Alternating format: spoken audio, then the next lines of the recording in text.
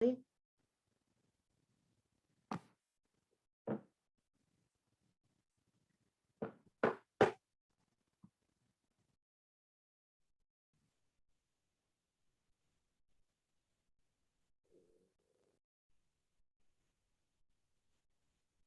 can't hear it.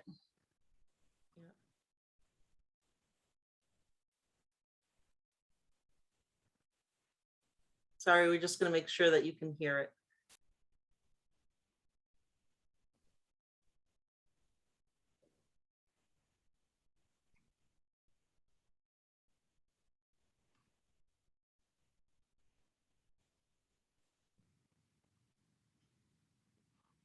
I apologize. Some recent Give me incidents that took place on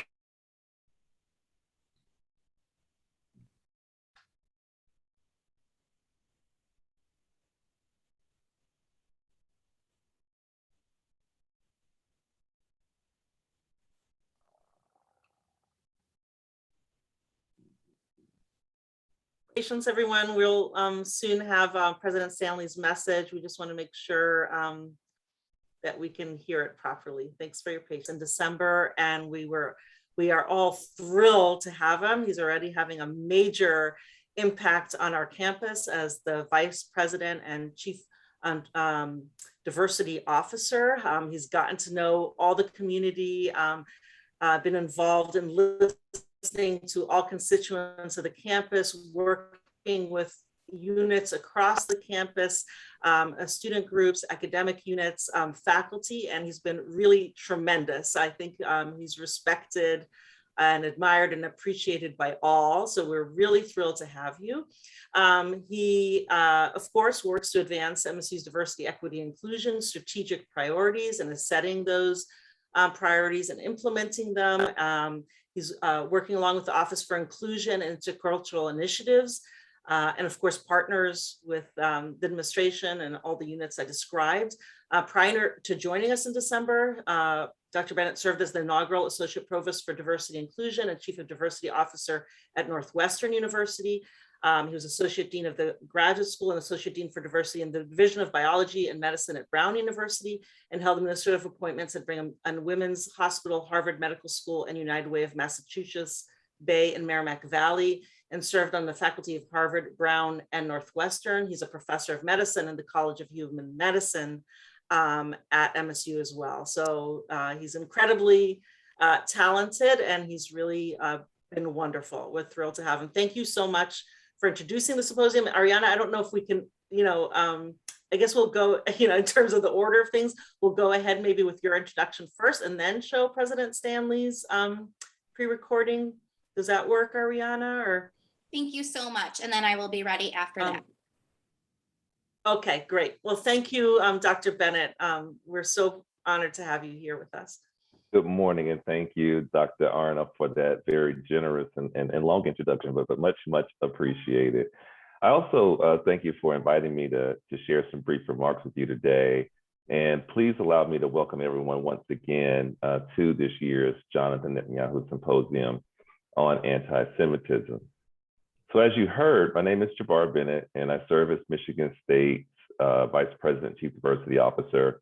And my team and I in the Office for Inclusion and Intercultural Initiatives are responsible for helping to lead and coordinate broad institution-wide diversity, equity, inclusion, strategic priorities.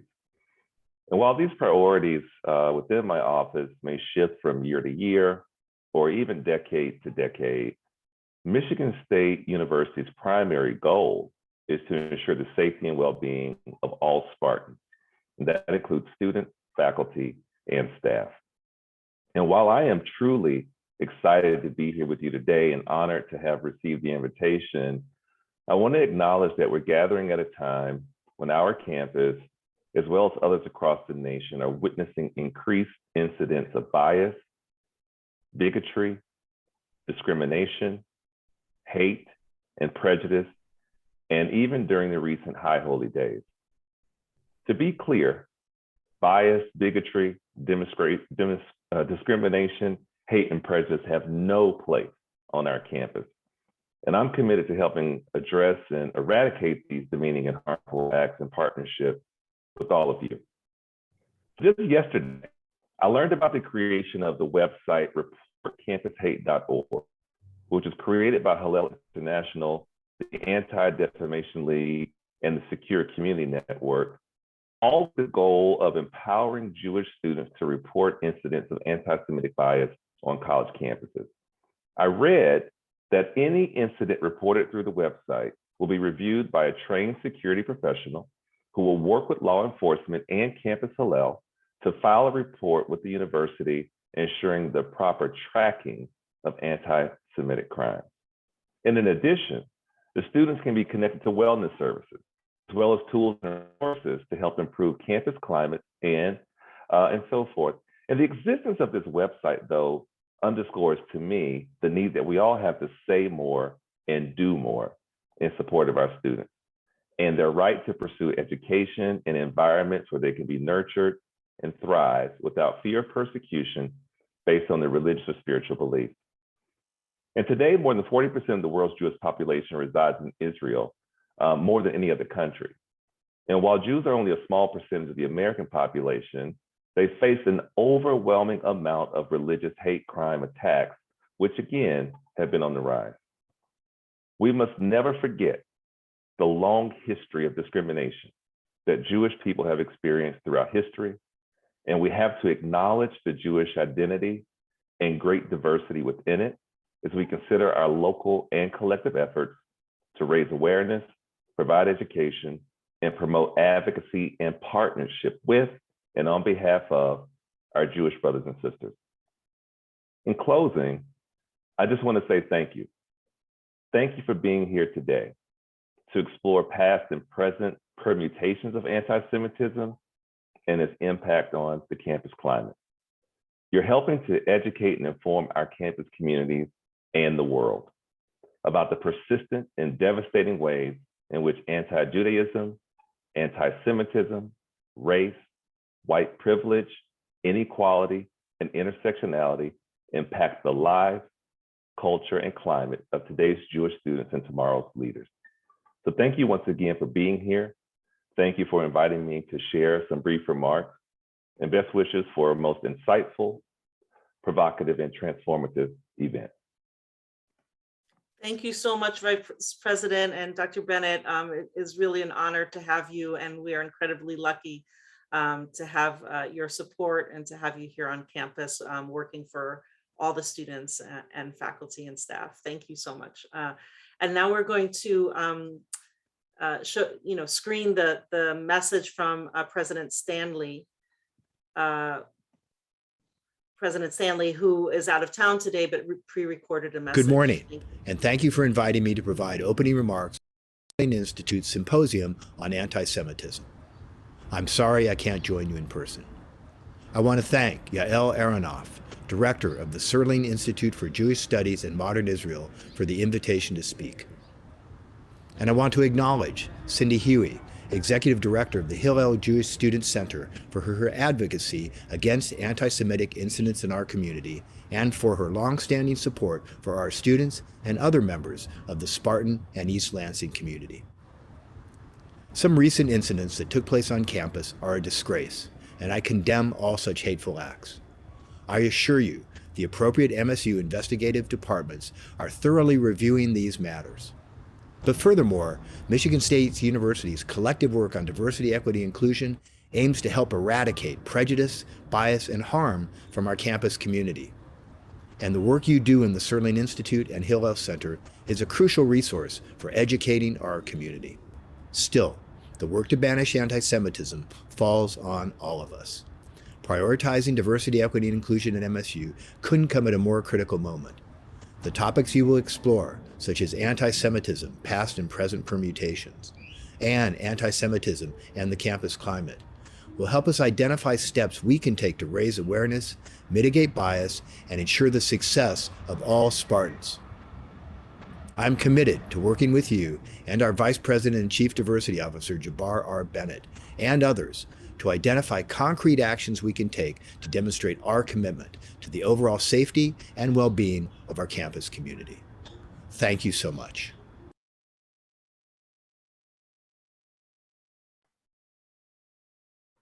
Yeah, we are thrilled to have such fantastic support at MSU from President Stanley, who's been very supportive also of the Sterling Institute for Jewish Studies in Modern Israel, and for our efforts now to increase awareness of anti-Semitism on campus. Before we get started with the symposium today, I just wanted to echo what Dr. Bennett said, is that there have been some recent incidents on campus, even though MSU is a great place to be. That is in the wake of kind of 80 such incidents that students have shared just in recent years. And of course, in combination with a rise nationally that we're concerned about. So that was the reason for holding the symposium today. I want to really thank so many of our faculty and students who've been working on a guide on anti-Semitism, trainings on anti-Semitism, panels and teach-ins, which include Professors Amy Simon, Kirsten Vermeglish, Ken Walzer, Mark Bertstein, Ben Lorch, also Steve Weidland, Deborah Margolis, and Lynn Wolf, and others who do honors seminars on Holocaust testimonials and other things. And our students, Ellie Baden, Andrew Schulman, and Chloe Shimano-Krupp, who have been working on the guide with us. I'd also quickly really like to thank Lauren Harris for the endowment in the Sterling Institute that has made this possible. The Jonathan Netanyahu Endowment that allows us to bring in speakers, and especially on anti-Semitism, to our Dean's Advisory Council, the College of Arts and Letters, Dean Chris Long, who has also made this symposium possible through his support, and Cameron Tees and James Madison College, and Mary Finn of the College of Social Science. We've also got co-sponsorships from Leela Broad College of Business and the Residential College of Arts and Humanities. We work really well together and appreciate the support of the Lester and Jewel Morris Hillel Jewish Center, directed by Cindy Huey. And we have co-sponsorships in the Center of European, Russian, and Eurasian Studies and the Asian Studies Center. So please, again, once I introduce the speakers and we get started, put the speaker on speaker view, and you can write your questions in the Q&A. And we hope to have a half-hour discussion after all three speakers have concluded, and then have an hour lunch break. And then hopefully you can return with us to the second panel from 1 to 3 today that focuses on the campus climate. Our next event is on Tuesday evening with Michigan Supreme Court Justice Richard Bernstein, who's talking about the common struggle for persons with disabilities in his 6 months project that he worked between the United Arab Emirates and Israel on promoting empowerment for people with disabilities and disability law and so forth. So he will be speaking in person at 7 p.m. and there's information in here for you. So let's get started with our eminent speakers. I'd first like to introduce Professor David Nirenberg, who is Dean of the Divinity School, and Deborah and Edgar Jannotta Distinguished Service Professor at the University of Chicago, who has also served as Dean of the Social Sciences and Executive Vice President. Much of his research focuses on the ways in which Jewish, Christian, and Islamic cultures constitute themselves by relating to or thinking about each other. His prize-winning books include Communities of Violence, Persecution of Minorities in the Middle Ages, Anti-Judaism, the Western Tradition, Neighboring Faiths, Christianity, Islam and Judaism, Medieval and Modern. And his most recent book, written in collaboration with a mathematician, is Uncountable, A Philosophical History of Number and Humanity from Antiquity to Present. And he's currently working on a world history of race and religion and Judaism, Christianity, and Islam. So we could think of no one better to get us started off, and then I'll introduce the next speakers after him. Thank you so much, Professor and Dean Nirenberg. Thank you, Professor Aronoff. And thanks to the Sterling Institute, to President Stanley, Vice President Bennett. It's really an honor and a kind of a thrill to be included in this Jonathan Netanyahu Symposium alongside so many people who have done so much to combat anti-Semitism and other forms of discrimination. I'm a little rusty on Zoom. I'm on sabbatical, so I will try to share my screen now and see what happens. And if I fail, you will be tolerant, I hope. So my question today, does anti-Judaism's past tell us anything about its future, is one I've been thinking about for a long time. But it feels different every day as new events unfold our present toward some future. And I understand that the Michigan State community has itself lived through some new events recently. And of course, I'm reminded of the past every day in my present location, Berlin, Germany, where the landscape is littered with monuments to the victims of a relatively recent, and it's less than a century, and massive example of the murderous capacities of anti-Judaism. Now, I recognize that my question may itself seem silly. Isn't it obvious that past anti-Judaism must have something to do with the future, even if that something is not the eternal repetition sometimes envisioned by Jewish liturgy? But in fact, and it may seem too obvious to say, but I'm going to say it, many people have imagined that attitudes towards Jews in their own time and place have nothing to do with anti-Semitism in previous times and places. Unless you think I'm being ridiculous, let me just point out that today, there are many who argue that anti-Jewish sentiment in the present is not due to any history of anti-Semitism, but is entirely due to the present day actions, for example, the state of Israel. For the most extreme of these critics, attention to the past, to anti-Semitism's past, is not only irrelevant to the present, it's a ruse to excuse or distract from the crimes of Israel in the here and now. What is the relationship between anti-Zionism in the present and anti-Semitism in the past? That's an important and very difficult question. Difficult in part because we don't have the benefit of hindsight, of historical distance. And I'm not going to answer that question or even come near it. But today I'm going to focus instead on a different time and place in which many very intelligent people were convinced that there was no relationship between anti-Jewish ideas in their own time and the anti-Semitism of the past. And I'm going to start with this period just to convince you that there are times and places where we are certain we're witnessing anti-Semitism, but where the people who lived through those events were equally certain in some cases that they were not. So the person I'd like to start with is the philosopher, the German Jewish philosopher Hannah Arendt, who lived through all of these events in the 1930s and 40s, first in Germany, then in France, and then in the US. And she asked in the 30s and 40s, how and why do ideas about Jews and Judaism become convincing explanations for the state of the world in a given time and place? How do people come to use anti-Semitism or ideas about Jews to explain their situation in the world? And she said, anti-Semitism is a failure as an explanation because it implies that there's just no reason for the enmity, that the enmity is irrational. But she's making an important point here, which is that ideology must make cultural sense if it's going to prove convincing, if it's going to prove capable of moving masses to do things. But why do ideologies make cultural sense?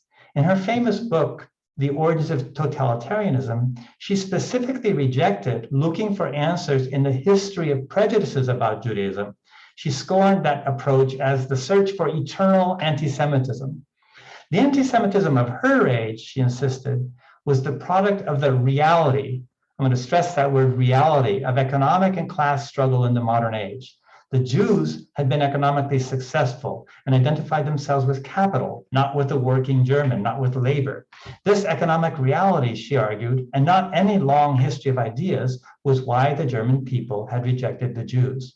And just said there's a parallel here with the present, where people would argue that it's colonialist reality, not any history of prejudice, that animates animus toward Jews today. I think Hannah Arendt is a good starting point, even though not everyone may have heard of her, because she's such an immensely intelligent and subtle observer who was living through a crescendo, the Holocaust, of what today no one would deny was anti-Semitism that reached a murderous extreme. Yet during and even after that disaster, she insisted that the past has few answers to offer when it comes to anti-Semitism, and that we should look instead to the realities of our own present, and in her case, particularly to the struggle between capital and labor that marked the great spasms of industrialization of the late 19th and early 20th centuries. In this sense, she reminds me of those many intellectuals today who claim that the past has little to offer us as students of anti-Semitism, and that we would better focus our energies on present realities. And whenever I say reality, it's always going to be in quotes, such as the economically relatively privileged position of Jews in the world and the colonial activities of Israel. My own view, expressed at great length in my book, Anti-Judaism and the Western Tradition, is that history matters because humans only make sense of the present and of the real through concepts habits of thought, I can call them prejudices, the word means prejudgments, that have themselves been shaped by the past, habits that shape our perception of the world and what explanations of the world we'll find convincing. In other words, what we think the reality of our world is not independent of the history of how we've learned to think about the world. And for many Western societies, by which I mean both Christian and Islamic cultures and all of their secular descendants, an important part of thinking about the world and how to improve it has included imagining the overcoming of Judaism. In short, it's included what I call anti-Judaism. So why is that? The short answer has to do with the importance of two great religions, first Christianity and then Islam, that's in chronological order, not in any other order, as sources for how much of the world has come to think about the pursuit of the good, about its ideals, and about the obstacles that arise in the pursuit of those ideals. Before they became world religions, both of these faiths, and I'll focus today on Christianity, but I could go on at great length, and I do in the book about Islam, had to explain how related to, but different from, they were to the interpreters of the Israelite prophetic tradition, that is, to other sects of Judaism, with whom early Christians were competing as they made their claims to be the true followers and interpreters of God's world. And if you've seen the life of Brian, you know what that rivalry looks like. These rivals included all kinds of temple authorities, early synagogal Judaism, the Dead Sea Scrolls communities, etc. In order to do this, in order to show how they were better than, different from all of those other Jewish communities, the early adherents of Christianity had to think constantly about their relationship to the earlier prophetic texts that we call the Hebrew Bible or the Old Testament, and to the Jews who were its guardians. And this often meant projecting negative attributes onto figures of Judaism. Matthew, the Gospel of Matthew, for example, treats the Pharisees, which was one group of Jews, as hypocrites, whitewashed tombs, beautiful on the outside, but inside full of dead men's bones, motivated by desire for earthly glory rather than for heavenly approval. And I just want to stress, we can't use the gospel's negative portrayal of the Pharisees to tell us much about what real Pharisees were like, but that's often been done. So every choice in the Bible, in the New Testament, had vast implications for the future. So, for example, this decision to cast the Pharisees as nice on the outside, corrupt on the inside, has traces on our own English language. If you look in the Oxford English Dictionary here, sub-Pharisee, you'll see the meaning hypocrite. In fact, every word, every story in the New Testament about the Jews has a long future. So, for example, St. Paul, the author of the epistles of Paul, referred to the Jews as slaves. Here you have in Galatians, cast out the slave and her sons. And he spoke about their becoming blind in the future and their backs being bent forever for the rejection of Jesus. Now, I'm showing you here a beautiful image from the Middle Ages, which takes those words and puts them into visual form. And in fact, in the Middle Ages, the status of Jews in Christian Europe was the status of slaves. This is often forgotten, but the reason that they were allowed to persist, to remain in Christianity, was as slaves. Lots of such examples. They could actually become an alternate genealogy for Judaism. So the Jews turn out not to be related to the rest of humanity. So, for example, in the Gospel of John 8:44, you belong to your father, the devil, and you want to carry out your father's desires. I mentioned these because I'm going to keep on coming back to them in the present too. So for early Christians, what I want to stress is that Judaism and Judaizing came to mean a wrong way of relating to the world and to God, a basic confusion of priorities between the material, money, the flesh, the world, and the spiritual, the real and the ideal. It became a basic concept with which Christians came to criticize and make sense of their world. I'll give you one last and kind of complicated example, and that is from Paul's epistle to the Galatians, where Paul is arguing with Peter about how Gentile converts to Judaism, so not Jews, Gentile converts to Christianity, so not Jews, but Gentiles who are followers of Jesus, how should they live? Do they need to follow any of the laws of Judaism? Do they need to be circumcised? Do they need to keep kosher? Things like that. Peter argued that there should be some observance, and Paul says to him, since you, though you are a Jew, live like a Gentile and not like a Jew, how can you compel the Gentiles to Judaize? Actually, the first thing he said was, oh, you hypocrite. And then he follows with this sentence. This word Judaize is really interesting, and it contains an entire history within it. Paul here is using the word Judaize to characterize a Gentile converts, not a Jewish converts, inappropriate relation to the laws and customs of a tradition. And that became a shorthand for a logic that could be used to make sense of any Christian's incorrect relationship to the material world of things and signs. So a Christian likes money too much, they're a Judaizer. A Christian likes law too much, they're a Judaizer. A Christian reads too literally, they're a Judaizer. I'll give you a quote from the Protestant English poet George Herbert, which is a very pithy way of putting the logic. He wrote this around 1600 in a poem aptly called Self-Condemnation. And he said, he that doth love, and remember, he's talking about Christians here, not Jews. He that doth love and love amiss this world's delights before true Christian joy hath made a Jewish choice and is a Judas Jew. So I realize this doesn't sound like I'm talking about anti-Judaism, because I'm talking about Christians here, and the same happens in Islam with the concept of the munafiqun, the hypocrite. But it's really important because it's this power of criticizing any and every behavior in the world amongst Christians, amongst Muslims, that made anti-Judaism a key concept in Western thought, a concept in which constantly evolving interpretive systems of diverse societies could confront their changing world. It also made Christian thinking about Judaism capable of generating its own object. It could create the Jewishness of whoever it targeted. If you remember the Nazi dictum, I determine who is a Jew, well, this idea is already present in the concept of Judaizing. I'll give you one last example that you may be aware of, and that is the example of the Merchant of Venice, Shakespeare. And the reason I give you this example is because it's a wonderful example of how a brilliant writer living in a world where there are no real Jews. Remember, the Jews had been expelled from England in the late 13th century, so a couple hundred years before Shakespeare, and they wouldn't be admitted back into England for generations after Shakespeare. But Shakespeare used a figure of Judaism to make sense of his changing world. What were some of the changes he used Shylock to make sense of? Well, the lending of money at interest had suddenly become legal in England.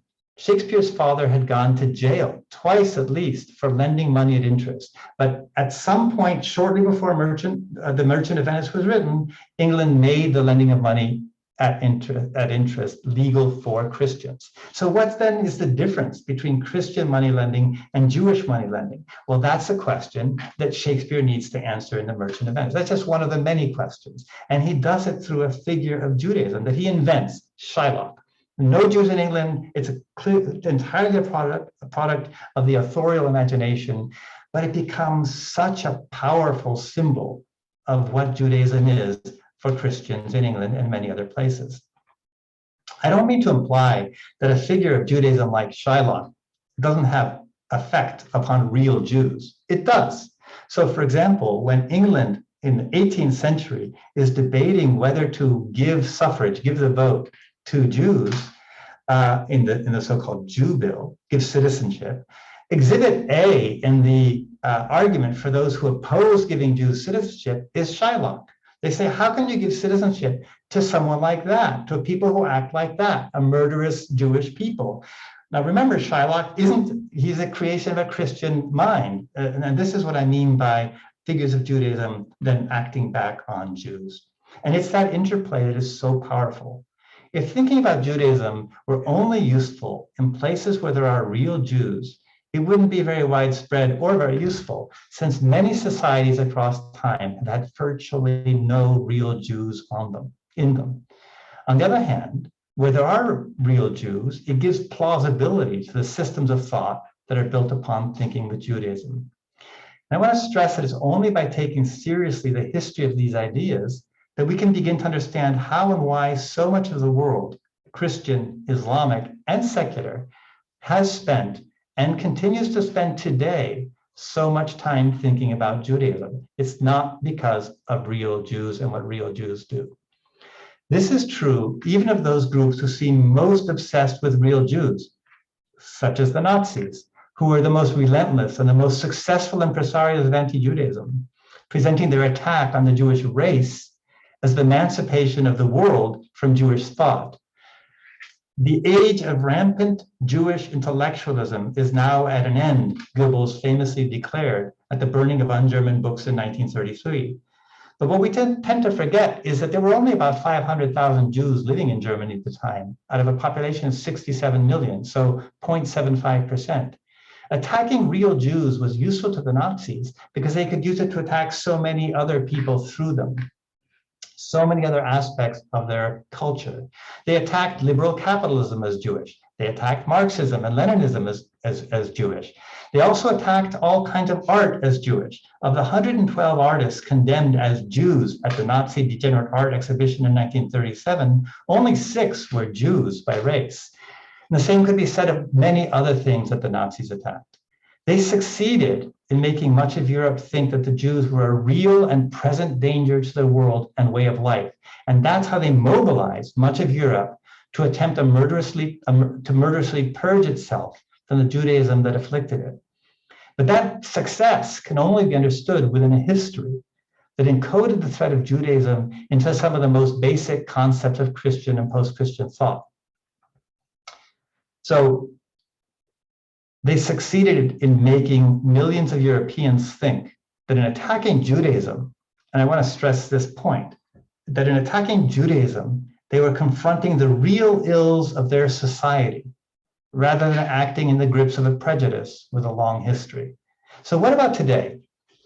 We also live in an age in which Jewish questions are important, an age in which many millions, maybe billions of people are exposed daily to some variant of the argument that the challenges of the world they live in are best explained in terms of Israel. And by Israel, I don't mean just the state of Israel. Israel means, like in French, the word Israelite means Jew. Israel means Jew as well as the state. Many of these people live in regions without real Jews, including almost the entirety of the Muslim world. In Europe, too, we can think of Jewless regions that spend a huge amount of time imagining the dangers they confront in terms of Judaism. So, for example, think how Hungary's Prime Minister Viktor Orban deploys George Soros as a figure of Jewish capital seeking to destroy Hungary by flooding it with Muslim refugees. It's true, there are virtually no Jews living today in Hungary, but they're used as to explain the threat, the so-called threat to Hungary from Muslim refugees. In fact, such thinking with Judaism is doubtless contributing to the conditions that have turned every Jewish institution in those parts of Europe in which Jews do live into a target and an armed camp. Every day here in Berlin, I walk by the heavily guarded Jewish kindergarten, and that itself, that threat, that constant threat, is creating an ongoing depopulation of Europe's Jews. And you notice here that there are several large drops in the population of Europe's Jews. The first one occurs with the Holocaust. But since 1945, the population of Jews in Europe has continued to drop very sharply, and not because of a Holocaust, but because of this, in part because of this climate. Similar thinking with Jews is going on here in the US. I offer you this striking image because it brings together a few themes. It invokes the medieval European past. It invokes Judaism as a figure to be overcome by Christian identity, and it does that by quoting Goebbels, and it evokes our current politics. Kevin MacDonald's The Culture of Critique series is another example of this, and there are people on this panel better equipped than I to speak about this. Kevin MacDonald is often called the philosopher of the alt-right. For him, the Jews seek to destroy the world by introducing ideas like psychoanalysis, like civil rights, like Marxism, like immigration, like homosexuality, like deconstruction, the literary criticism. But insofar as he presents history as a war between all that is good and noble in the world on the one hand, and the Jews and their followers on the other, he's not very different from similar thinkers on the left for whom the Jews represent colonialism, unfettered capitalism, neoliberalism, privilege, inequality, and injustice. And all of these arguments could be found in earlier writings, such as the book from 1944 that's charmingly entitled When, a prophetic novel of the very near future, which singled out, quote, evolution, higher criticism, modernism, communism, and other such theories, and went on to say, you will find that the original exponent of each of these theories was a Jew. So perhaps I'm being too dramatic in describing the thinking with Judaism that is going on today in the United States as a war. I don't know how literally I should take articles like this one that greeted the publication of my book, Anti-Judaism, or the young white men who stood up a couple of years ago at a talk I gave in a Connecticut Hillel and denounced me as an enemy of the white race. On the other hand, there is plenty of evidence that some in our country do see this as a war.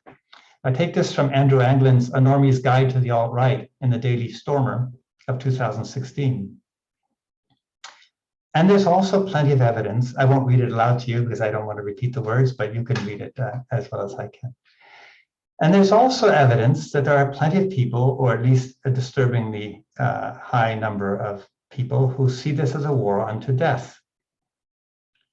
There's also evidence that some of those very people continue to draw inspiration from texts and ideas developed in the distant past, applying them in new ways in order to make sense of their own world. And I give you one of the last social media posts by the Pittsburgh synagogue shooter.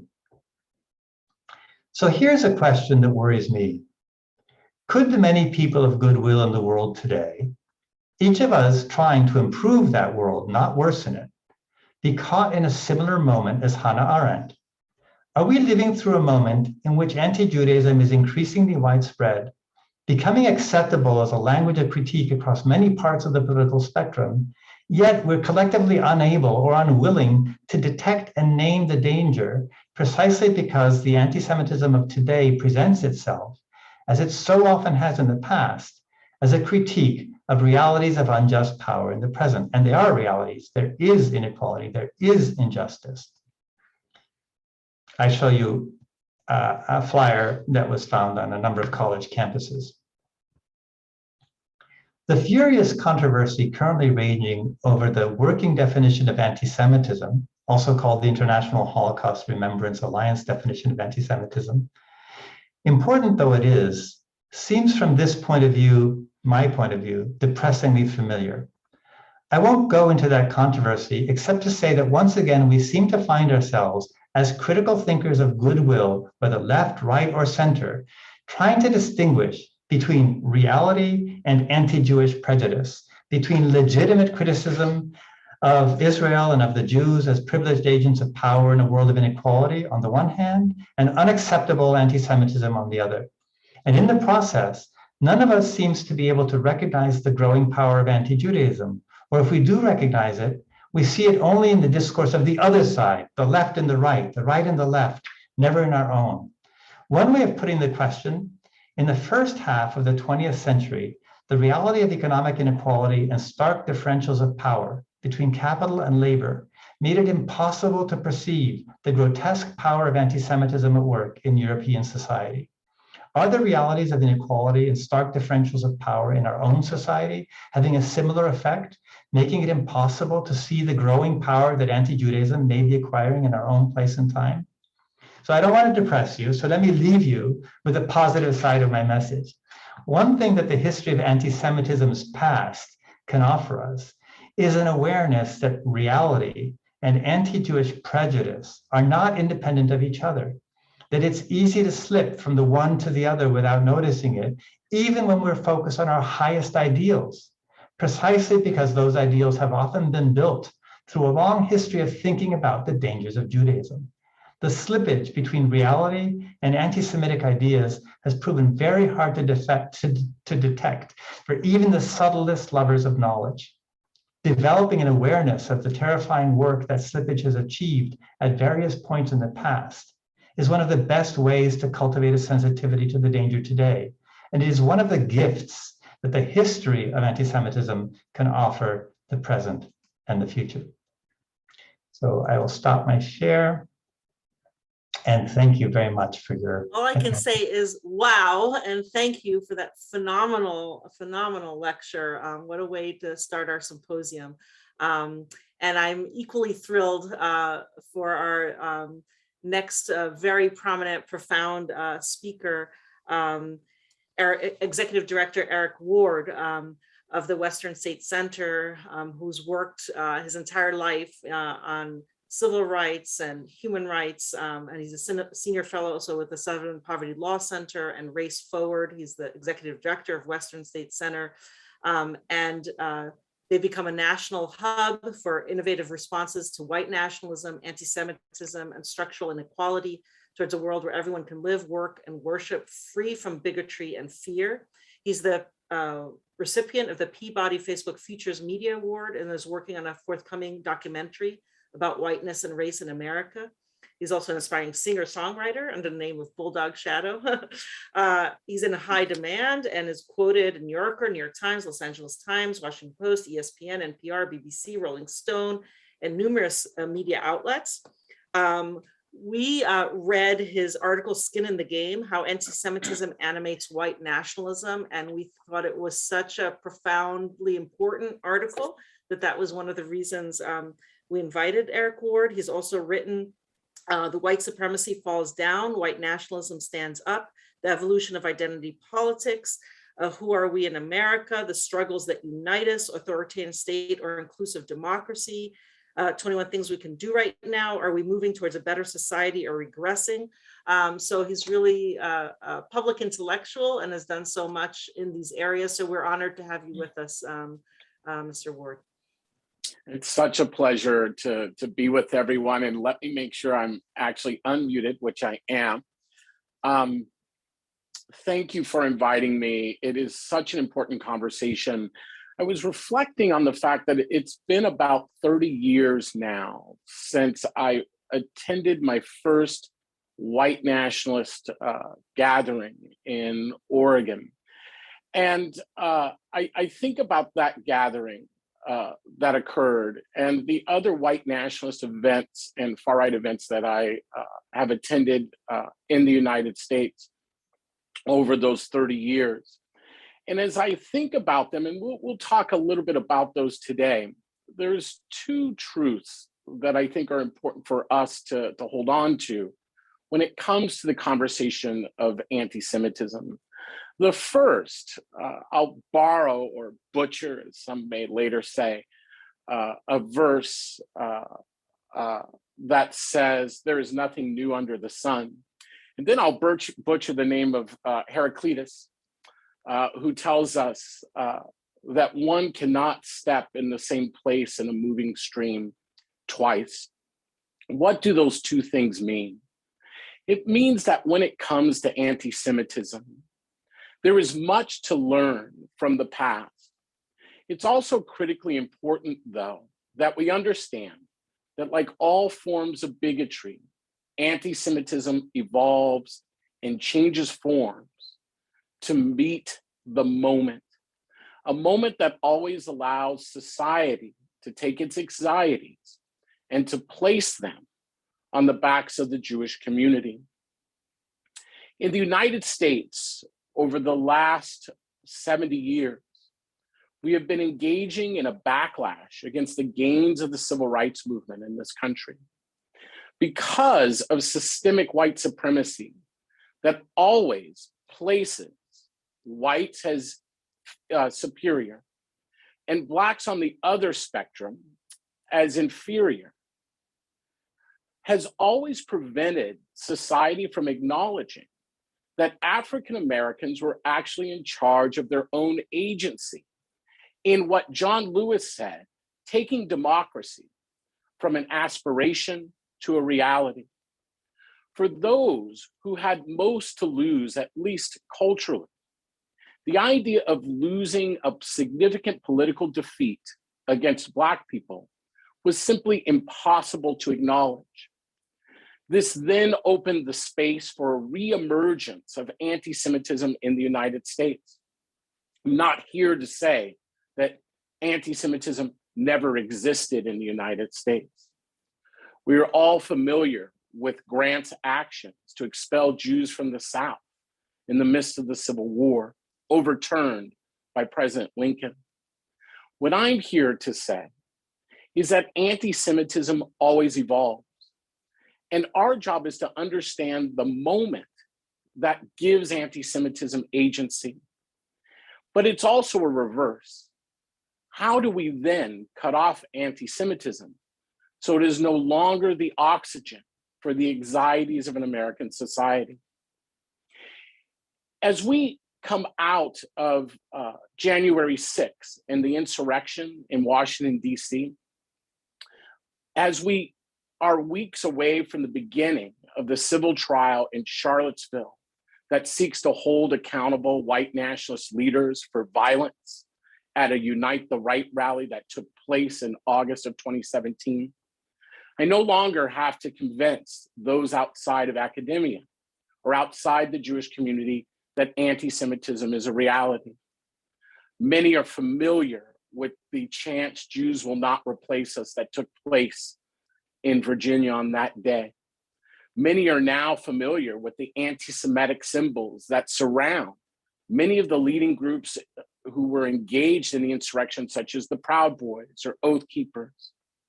But when I authored Skin in the Game early in 2017, the idea that anti-Semitism was a unique form of bigotry that needed to be addressed, that anti-Semitism was a form of anti-Semitism, a debate took off in this country. I think debates are very healthy. And I think the debate around anti-Semitism within the Jewish community, how it discusses it, is also critically important in this moment. Here's what I would say. As we sit in a moment of white nationalist intimidation and violence in our country, that we need to remember that the insurrection that started in January 6th in Washington, D.C., didn't end on January 6th. It is now taking place in hundreds of communities around the country. Elected officials who are announcing they will not run for office because of intimidation. School principals who are the victims of attempted kidnapping by parents who believe that COVID is a conspiracy. Educators and students who have been physically attacked for merely demanding that accurate history be taught in our schools under a pseudo attack on critical race theory. Each and every day in our country, we are a witness of the insurrection. An insurrection that is a backlash to this 1960s Black-led civil rights movement. For many of the insurrectionists, both consciously and unconsciously, because of the impact of anti-Semitism, they don't believe that they lost to Black people. Instead, building off an evolution of anti-Semitism, they've convinced themselves that they've lost to a global elite conspiracy of individuals seeking to destroy white Christendom and replace it with what they call a multicultural democracy, something that they frame not as greater inclusion, but as a replacement theory to destroy whiteness. These are drawn directly from the protocols of the learned elders of Zion. As many of you know, a false narrative developed in the early 1900s to utilize anti-Semitism to disrupt democracy. Here we stand now in 2021, and the narrative is being applied in the same way. We should understand that we are dealing with two phenomena here when it comes to anti-Semitism. The anti-Semitism that is racism, that places Jews as a racialized other, but also the anti-Semitism of a white nationalist movement that believes it is in an existential war with Jews. This is why I wrote in Skin in the Game that anti-Semitism isn't at the core of white nationalism. It is the core of white nationalism, and that it is so central to white nationalism that Black people and other marginalized groups will never win our freedom if we're not also active in the struggle to uproot anti-Jewish hate. Because amongst 21st century white nationalists, Jews are cast in the same role they have always filled for anti-Semites, as the absolute other, demons stirring a pot of lesser evils, a driving tool behind white dispossession. At the foundation of that modern day movement is the explicit claim that Jews are a separate race, and that their position of being framed as white in this country is merely a Jewish trick, sometimes framed as the greatest trick that the devil ever played. For white nationalists, Jews, despite and indeed because of the fact they are seen as white, are an enemy race that must be exposed and eliminated.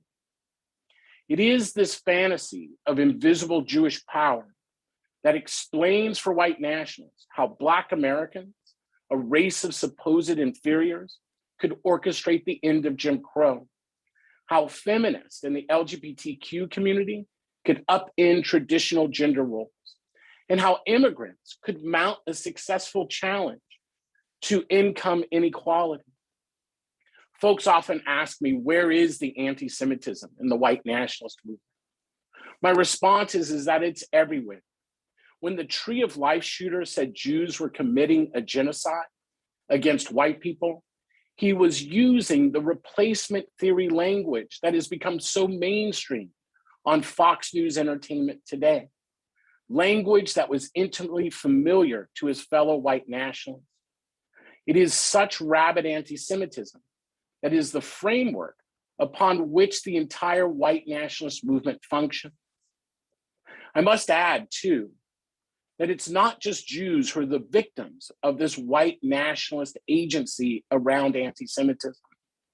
So too are we as non-Jews. While we are familiar with how anti-Semitism drove the mass killing of Jews worshiping at the Tree of Life Synagogue in Pittsburgh, we're less familiar with how that same anti-Semitism drove the mass killing of Sikhs in Wisconsin who are worshiping, or Latinos who were shopping at a Walmart in El Paso, or African Americans who were worshiping in a church in Charleston, South Carolina. I'm not here today to say that Islamophobia or anti-Latino racism or even anti-Black racism wasn't present. What I'm arguing is that in each situation, each killer believed that they were engaging in an existential war with the Jewish community. And in that worldview, people of color, immigrants, feminists, union workers, government workers are merely puppets of what white nationalists believe are their Jewish masters. I understand that at the end of the day, though, white nationalists don't bring anti-Semitism into our communities. Anti-Semitism is an effective organizing tool because many of us already accept the anti-Semitic tropes that exist in our society each and every day. White nationalists don't bring anti-Semitism to our community. They merely organize the bigotry that already exists. At the end of the day, if white nationalists are gaining momentum by building off the worldview of anti-Semitism, it is because we allow them to. We refuse to cut off the oxygen. To refuse to deal with any ideology of domination is to abet it. As a longtime organizer against racism, I understand that. And I also understand that in this moment, fighting anti-Semitism cuts off the animating force of white nationalism for the sake of all of our communities. I think back to last February, as over 1/3 of Oregon went dark in the state's largest ever power outage. And as I was sitting in the dark, my thoughts traveled back to the 1990s, to a brightly lit auditorium in Ellensburg, Washington, a room filled with Holocaust deniers. I had traveled over many rural miles in a Greyhound bus, ever-present anxiety, my only companion, to enter that auditorium. The only visible person of color present, I already understood deep in my bones how morally repugnant and politically dangerous Holocaust denial was. But I didn't know at that time that this seemingly fringe conspiracy theory would become the template for conspiracy theories that would come to dominate American political discourse for 2 decades. It's time to face the facts. The mainstreaming of conspiracy theories in America is no longer merely a war of words or a question of ideological differences. It is a deadly phenomenon that is costing lives. It's easy to discount the surreal and outlandish conspiracies of QAnon, except when they merge with the coronavirus myth, are promoted in US Congress, and help to galvanize a deadly assault on elected officials. As we somberly cross the 700,000 death mark of US deaths to COVID-19, it's clear that it's not just the virus that's deadly. Conspiracy theories are killing Americans. The false theories that the virus is a hoax, that the Chinese should be punished, that mask and physical distancing and vaccines are ineffective. These theories are costing lives. The deadly effect of conspiracy theories is seen not only in the unnecessarily high death toll from COVID-19, but also in the rise of anti-Asian and anti-Semitic hate crimes. We have seen scapegoating more than responsible action in response to this pandemic. We are already witnessing the impact of conspiracy theories in 2 other national crises as well. The conspiracy theory correctly named the big lie, the fully disproved notion that the presidential election was stolen, led directly to the storming of the US Capitol, as we discussed, along with fatalities amongst insurrectionists and protesters.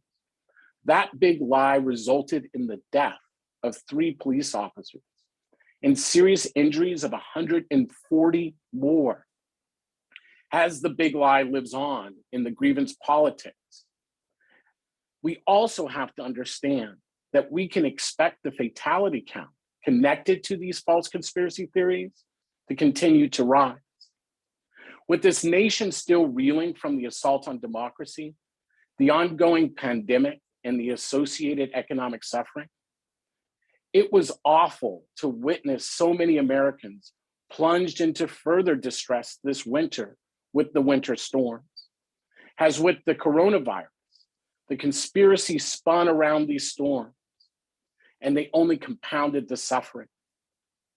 Now, I want to tell this story because I think it is important to understand just how much anti-Semitism has mainstreamed. We no longer have to say the international Jewish banking conspiracy.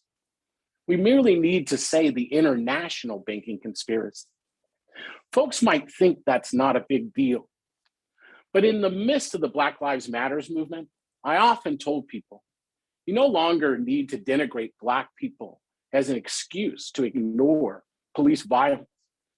You merely have to talk about thugs on the streets. You merely have to talk about communists. These are code words of which we've become accustomed to.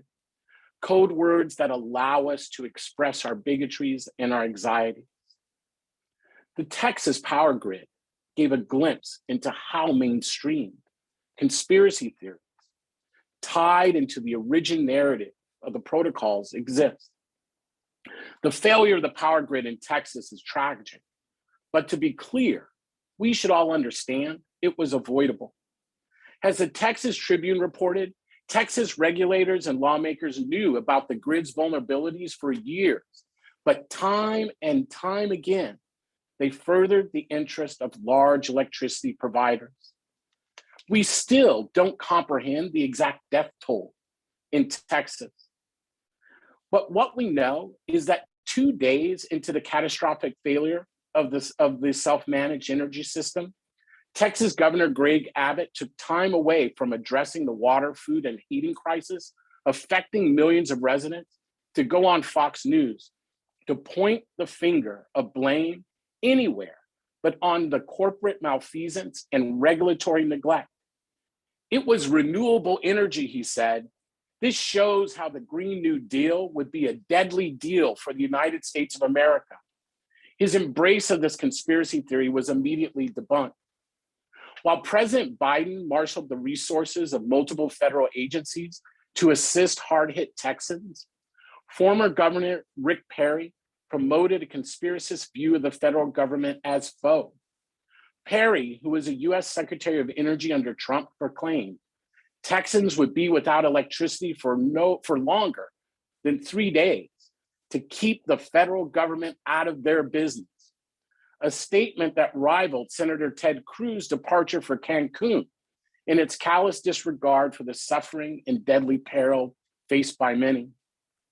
Tim Boyd, who was then the mayor of Colorado City, Texas, took this anti-government rhetoric to the local level when he posted, "No one owes you or your family anything, nor is it the local government's responsibility to support you during trying times like this."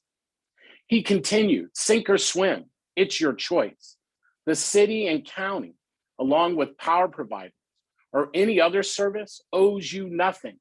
I'm sick and tired of people looking for damn handouts." Rather than face the consequences of his tirade, he then resigned. It should be past time to discard climate change denial with its scientific consensus, right? With a scientific consensus about the real dangers of climate change. They are fully established. And we see it each day, devastating community after community in unprecedented storms and fires.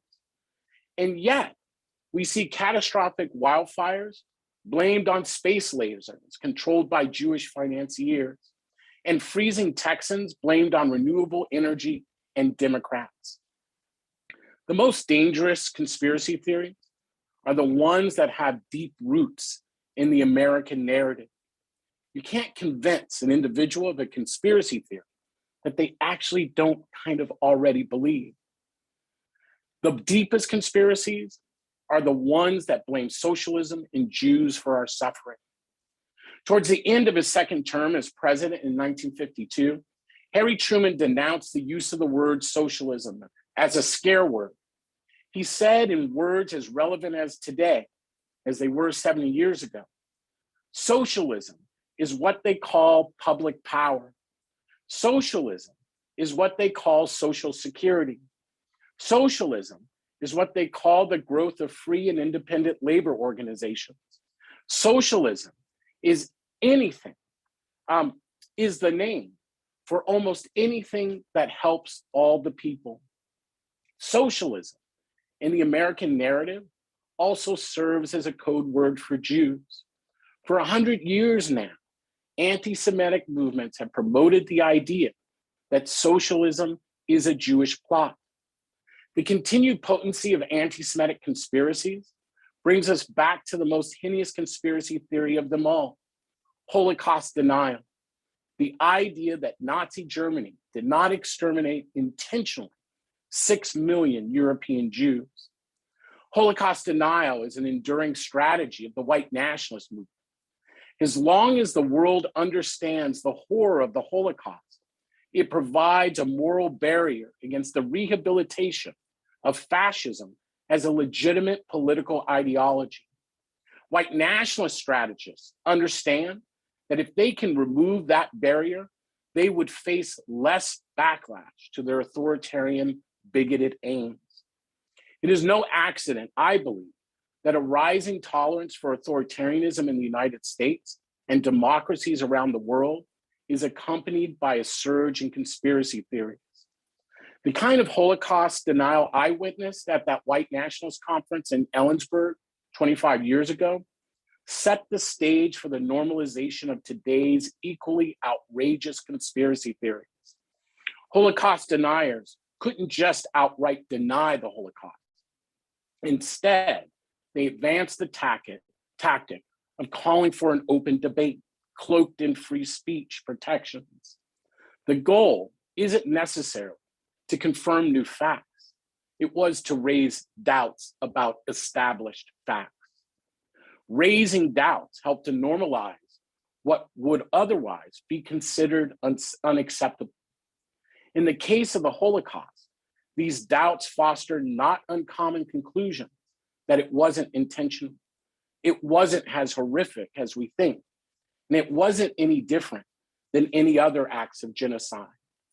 Holocaust revisionism created the template for the minimization and false debate that continues today as climate change denial, opposition to sensible data-driven public health measures against the coronavirus, the equation of the common good with the boogeyman of socialism, or the idea that discussing accurate history on slavery and race in the country is an attempt to overthrow the United States.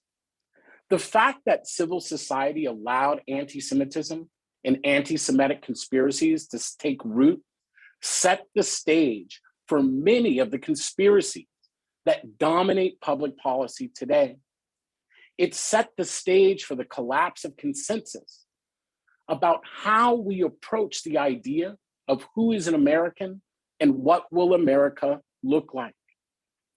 The deadly cost of conspiracy theory is an allowance that allows the American public to distract itself from the hard work of nation building.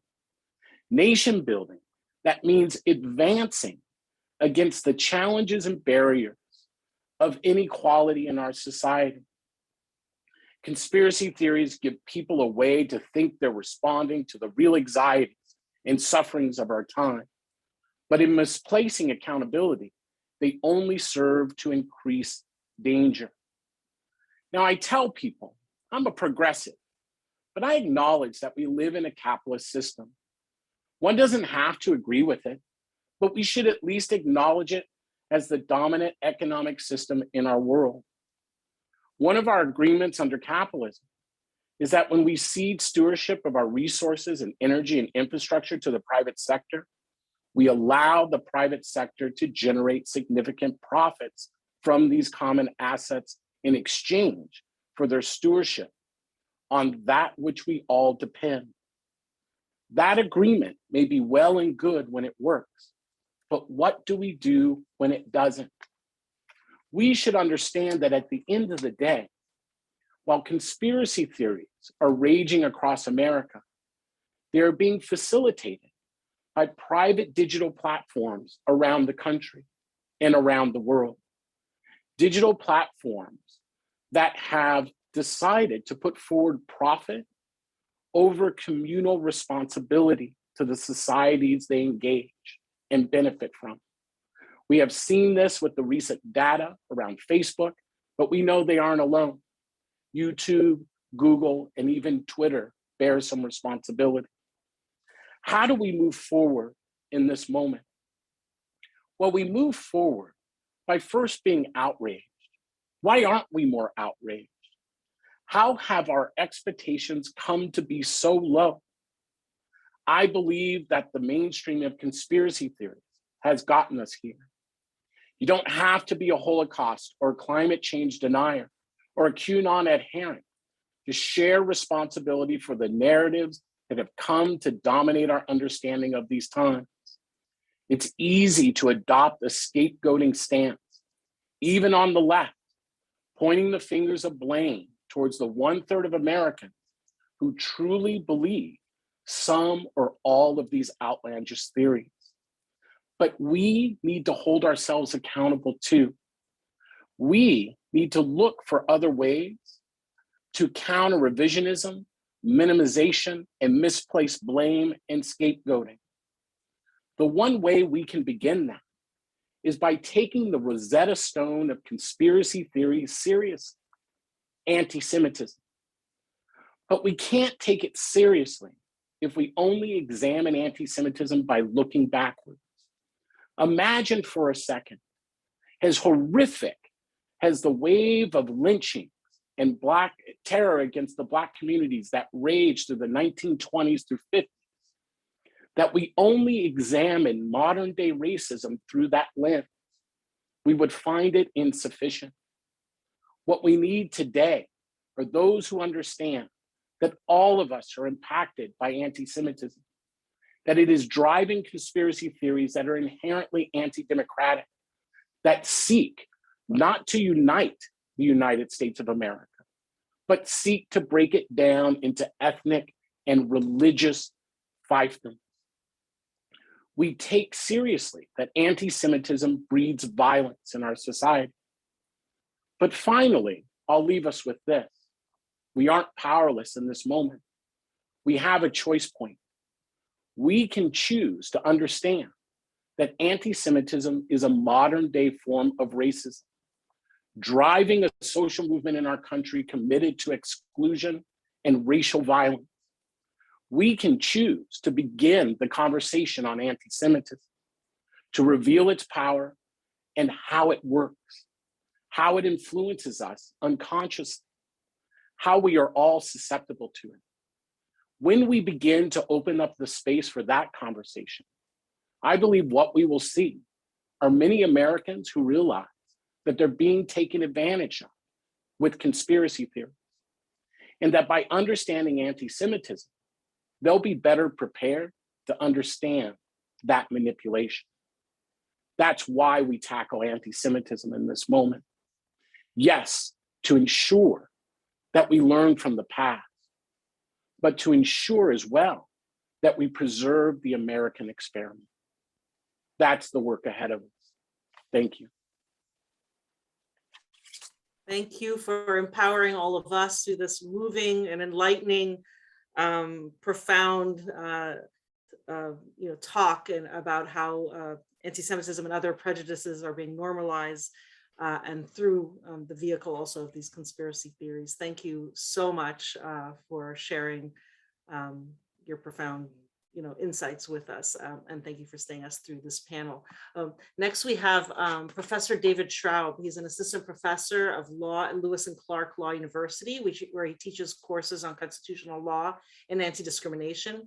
He previously taught at DePaul University, University of California, Berkeley, and the University of Illinois. He's published extensively on the subjects of anti-Semitism and anti-discrimination, more broadly in both academic and popular outlets, such as the California Law Review, the American Political Science Review, the Association of Jewish Studies Review, the Atlantic, the Jewish Daily Forward, and the Haaretz. He holds a BA from Carleton College, a JD from University of Chicago Law School, and a PhD from the University of California, Berkeley. We have followed some of your work, David, also kind of exploring the varied definitions of anti-Semitism, which you contribute insight to, and so much more that you provide thoughtful analysis of. And so I know you'll be speaking today about, in your analysis, about trying to not be too simplistic about where Jews fit in kind of the whiteness section. I'll let you speak to that. I don't want to take up too much time kind of introducing your subject, but thank you so much for joining us. Thank you so much. It's truly an honor to be here with this just fantastic and prestigious panel. I hope Eric doesn't mind if I update his bio slightly, because I believe just this week Eric won, and it was richly deserved, a Civil Courage Prize. And I believe is the first American ever to receive this award, which is given to people who are fighting for justice and showing tremendous bravery and courage in fighting for justice in their own societies. It's typically given to persons operating in countries with vulnerable or threatened democratic and liberal political institutions, which apparently now includes us. So it's a grim day for America, but it's a great day for Eric. And again, it is so richly deserved, and just underscores how honored I am to be sitting on a panel with him as well, of course, as David, who has himself produced such important and compelling work on the subject of anti-Semitism and anti-Judaism. I'm talking about this idea of white Jews and intersectionality, and the fulcrum is I published a paper on this in 2019, and that paper is still going to be the fulcrum of my discussion, but I'm still talking about it now because it's still relevant now. And with the benefit of a couple years of hindsight, I can look a little bit and give a bit of a postscript on how I noticed the paper being received, what kind of contemporary moves and discourse, what it says about this relationship of Jews and whiteness, and of whiteness and Jewishness to intersectionality.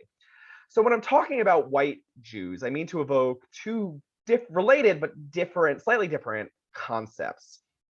So one is Jews who, in terms of particular persons, such as myself, who, but for their Jewishness, would be unambiguously white. And so, sometimes that's just white Jews or conditionally white or functionally white. There's a bunch of kind of different terms that one sees, white but not white.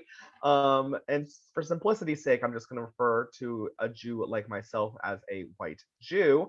But there's also, on top of that, white Jews as a global generalization about Jews writ large. The Jew as kind of the archetype of whiteness, sort of epitomizing our paradigm of whiteness.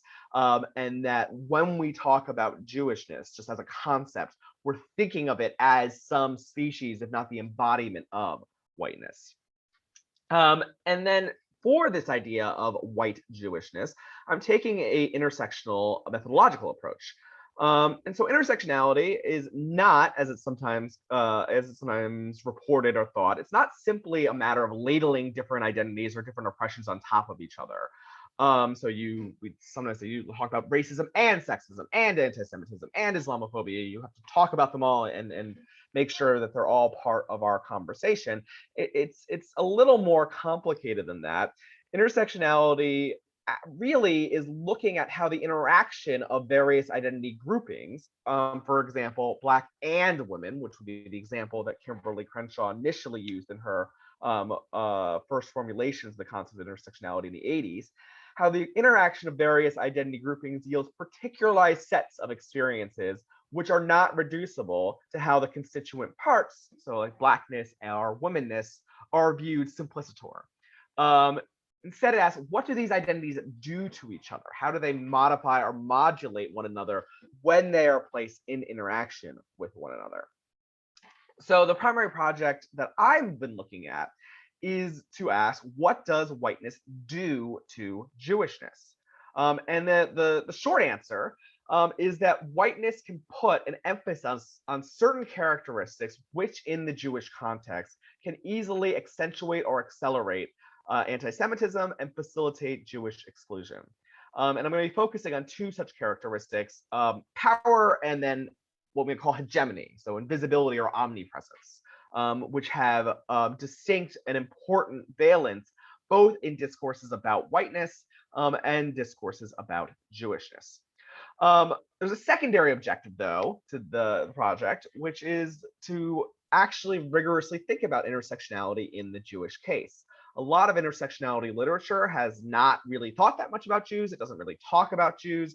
And then beyond that, there is certainly a suspicion amongst many Jewish writers and many Jewish circles of intersectionality. And so I want to kind of see if I can explain some of the reasons for the exclusion, why Jews aren't typically thought of in this context, while nonetheless showing why intersectionality actually is a very useful form of analysis that we should be embracing rather than fleeing from. So those two objectives are what I'm going for. There's also a anti-objective, something I'm very much not trying to do here, which is that I'm not trying to say that white Jews who look like myself and have my background set of experiences, do not, as individuals, in many cases benefit from white privileges in the Western context. I'm not making that argument. Disentangling what whiteness is doing to Jewishness and showing how it can accentuate certain forms of anti-Semitism, I would argue, can actually clear space for a more honest reckoning of the other side of the coin, which is the ways that white Jews can be the beneficiaries of white supremacist systems in certain contexts. And I will return, I think, more to that thought at the end. So intersectionality, as per Crenshaw, is a means of articulating specific points of exclusion or marginalization experienced among sometimes called multiply marginalized persons. Again, Black women was her initial keynote example. And it criticizes a common method of addressing this problem, which is sometimes called the additive model, whereby we just tack on more and more anti-oppression commitments on top of one another. So it's not just enough to be anti-racist, we also have to be anti-sexist, and we also have to be anti-colonialist and anti-capitalist, and so on and so forth. Crenshaw identifies the problem with that approach, that additive approach, as missing the interaction of identity categories and how that interaction changes their content. So, for example, if sexism is understood by reference to white women's experience, then adding it to the anti-racism mix won't necessarily speak to the particularized experience of Black women.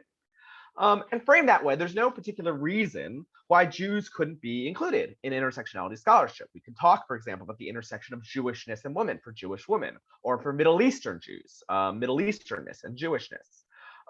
In practice, there's relatively little on this subject, not none.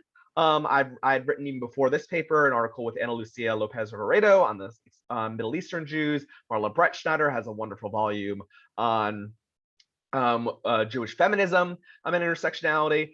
Cynthia Levine-Rasky has written on this as well. But it is relatively uncommon.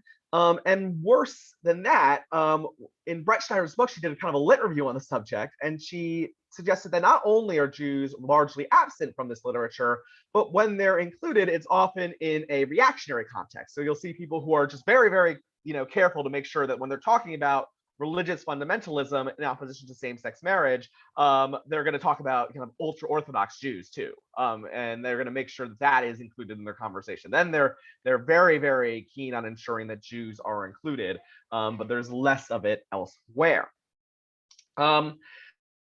What is somewhat distinct about the project I'm doing is that the typical standard intersectional work is focusing, again, on multiply marginalized persons, whereas this particular project, in contrast to the paper I wrote with Ana Lucia, is looking at a dominant plus marginal interaction. So white plus Jew, dominant plus marginal.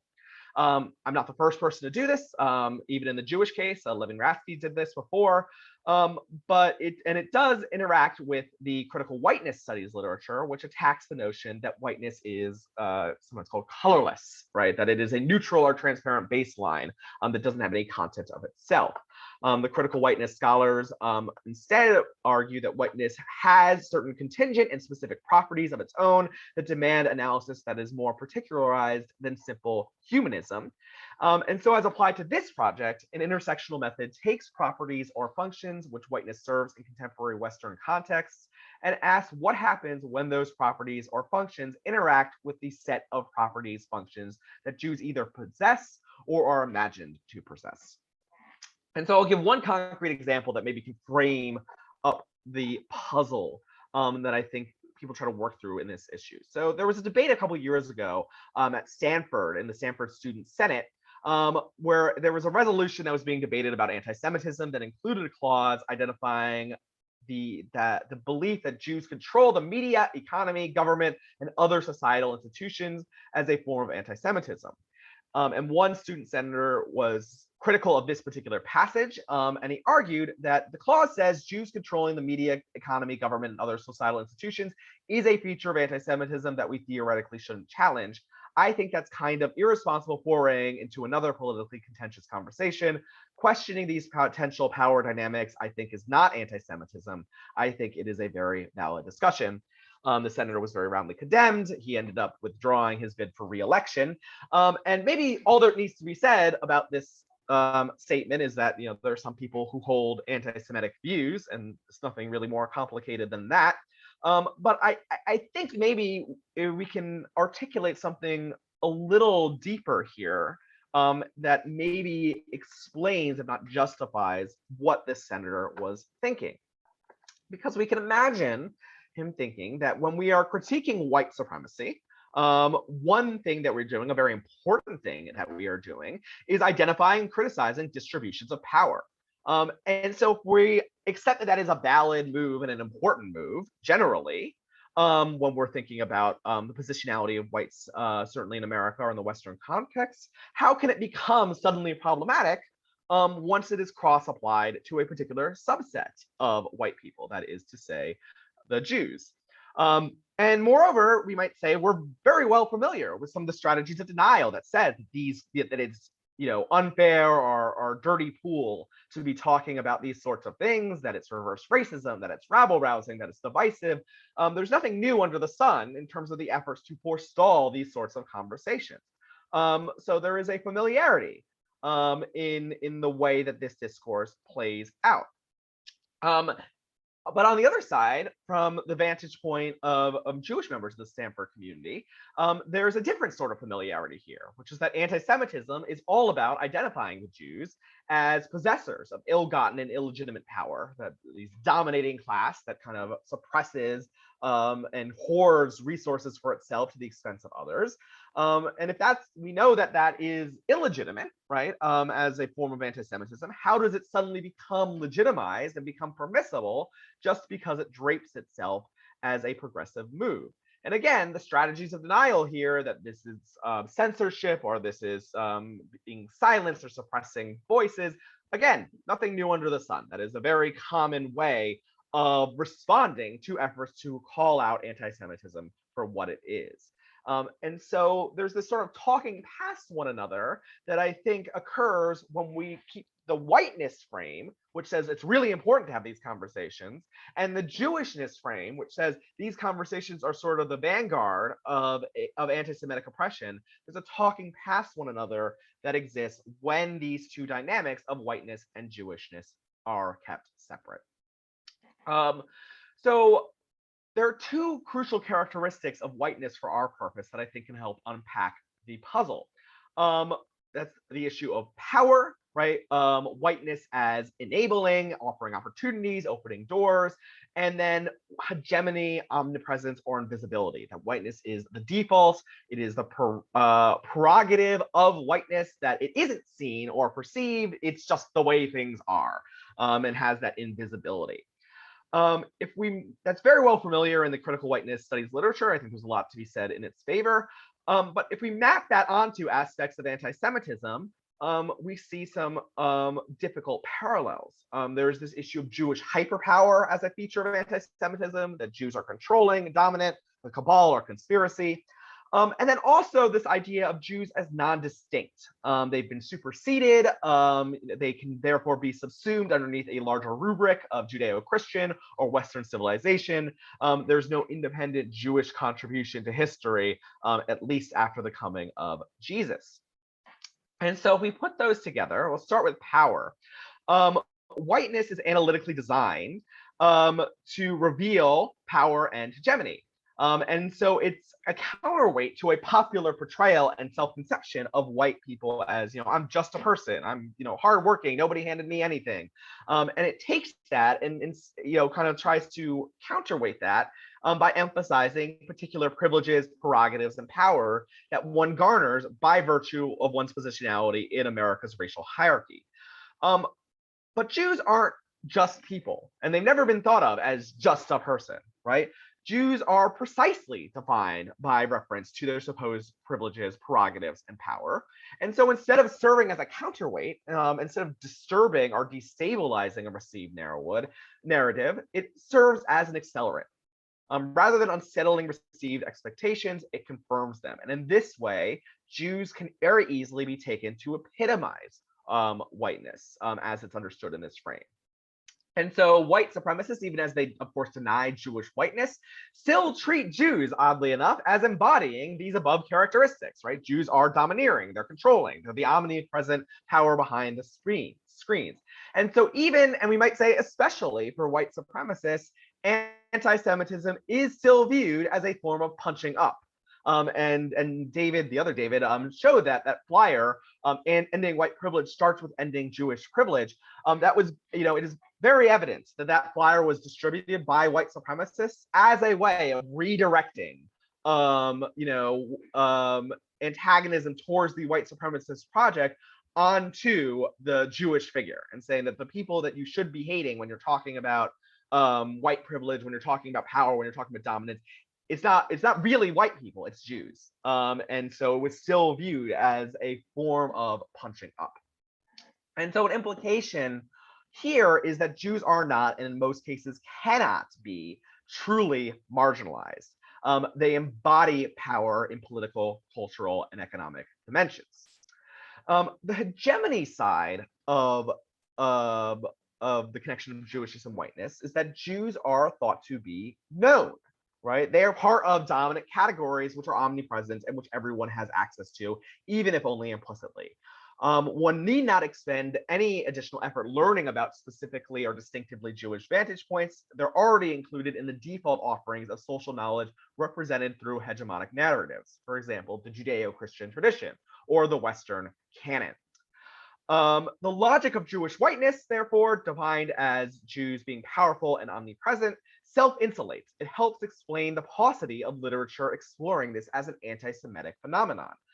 Because on the right, or at least on the non-radical right, Jews are included, but only as part of a patina of diversity within dominant categories, and only so far as they don't challenge pre-existing narratives. So you have Jews as the model minority, as the perfect assimilators. Again, this idea of Judeo-Christian, which inevitably just means Christian, but sort of forcibly includes Jews by default.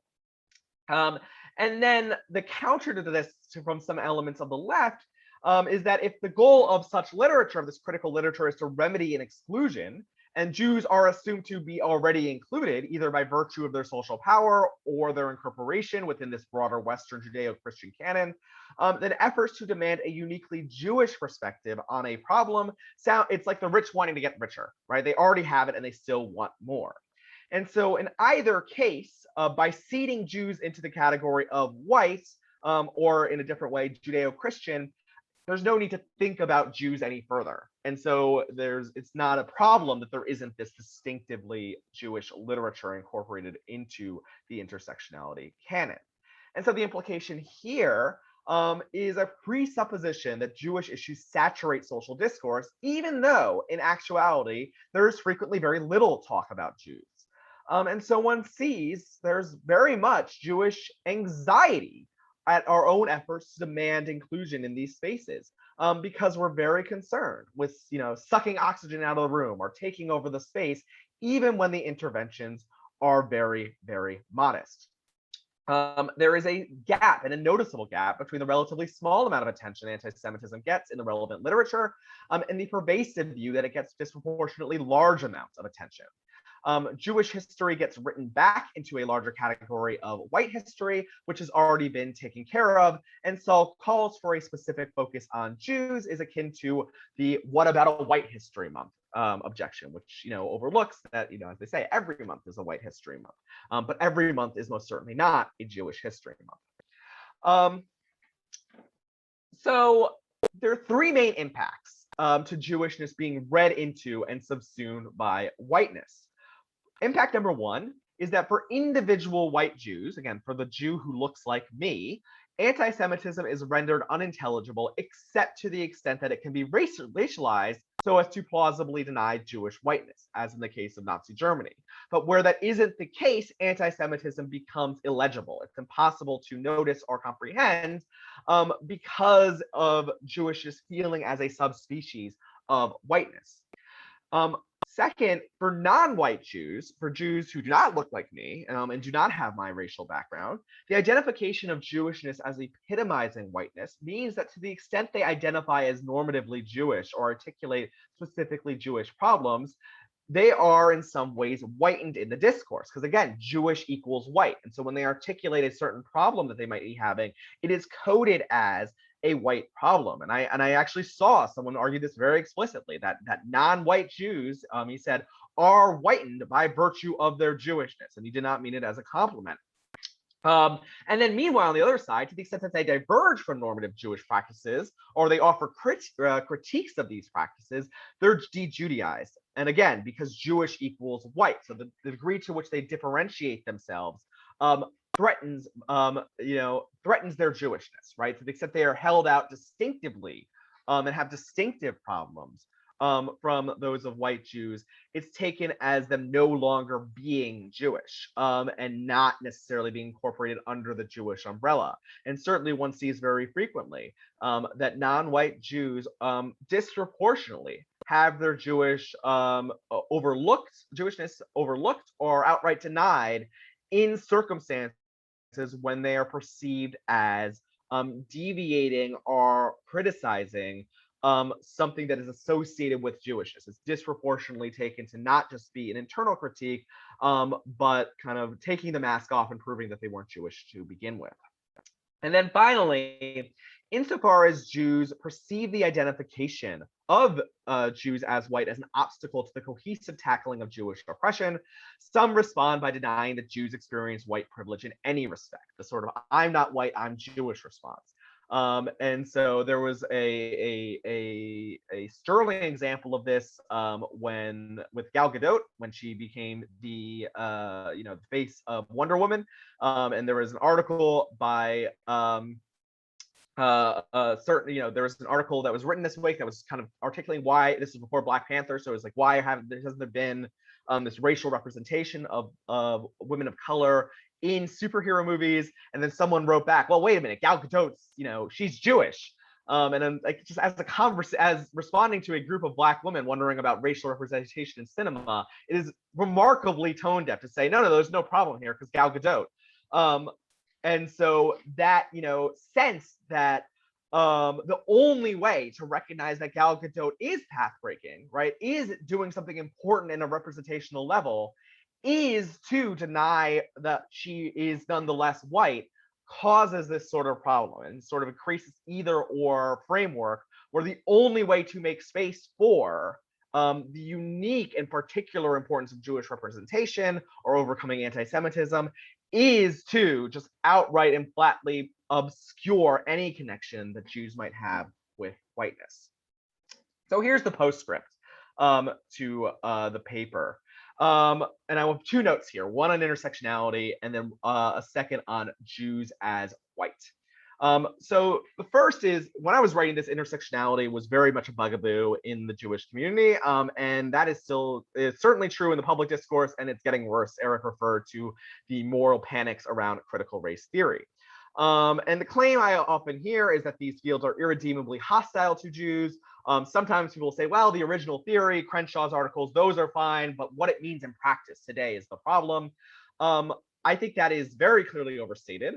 I have presented this paper in critical race theory / intersectionality settings and conferences to perfectly pleasant receptions, right? There is no kind of just flat bar to doing this sort of work or listening to this sort of work.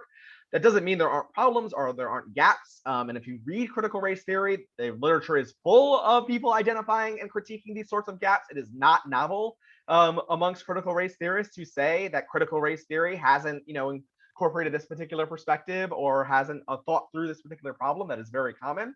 And unfortunately, the external popular critiques of CRT or intersectionality are, to be quite frank, very often quite lazy strawmen that just take any kind of bad left behavior that seems to have a vaguely identity politics kick to it and say this is intersectionality in practice without doing any sort of work to establish that it has anything to do with intersectionality or critical race theory whatsoever.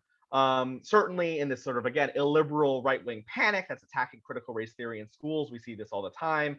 I would point out that these sort of Jewish players in this discourse, groups like the recently formed Jewish Institute for Liberal Values, aren't any more sophisticated here. They're not, when they talk about critical race theory, they're not talking about anything real. It's sort of a hodgepodge, again, of random bad left behavior, but without a lot of effort to show how it actually is demonstrative of intersectionality, critical race theory. And indeed, in the intersectionality article that was published in the Israel Studies Word Crimes issue, it was fascinating to see that the overwhelming majority of cases cited in that article as proof of like the badness of contemporary intersectionality don't ever mention intersectionality, don't talk about intersectionality, don't claim to be doing intersectionality. There's no real effort expended to show what this allegedly has to do with intersectionality. And so it's important to remember that even when we're dealing with left anti-Semitism, right, we can't assume that the kind of standard right-wing critiques that are percolating are helpful, not out of some misplaced partisan loyalty, but because the right is really, really bad at identifying what anti-Semitism is, and even worse at articulating effective strategies to dismantle it.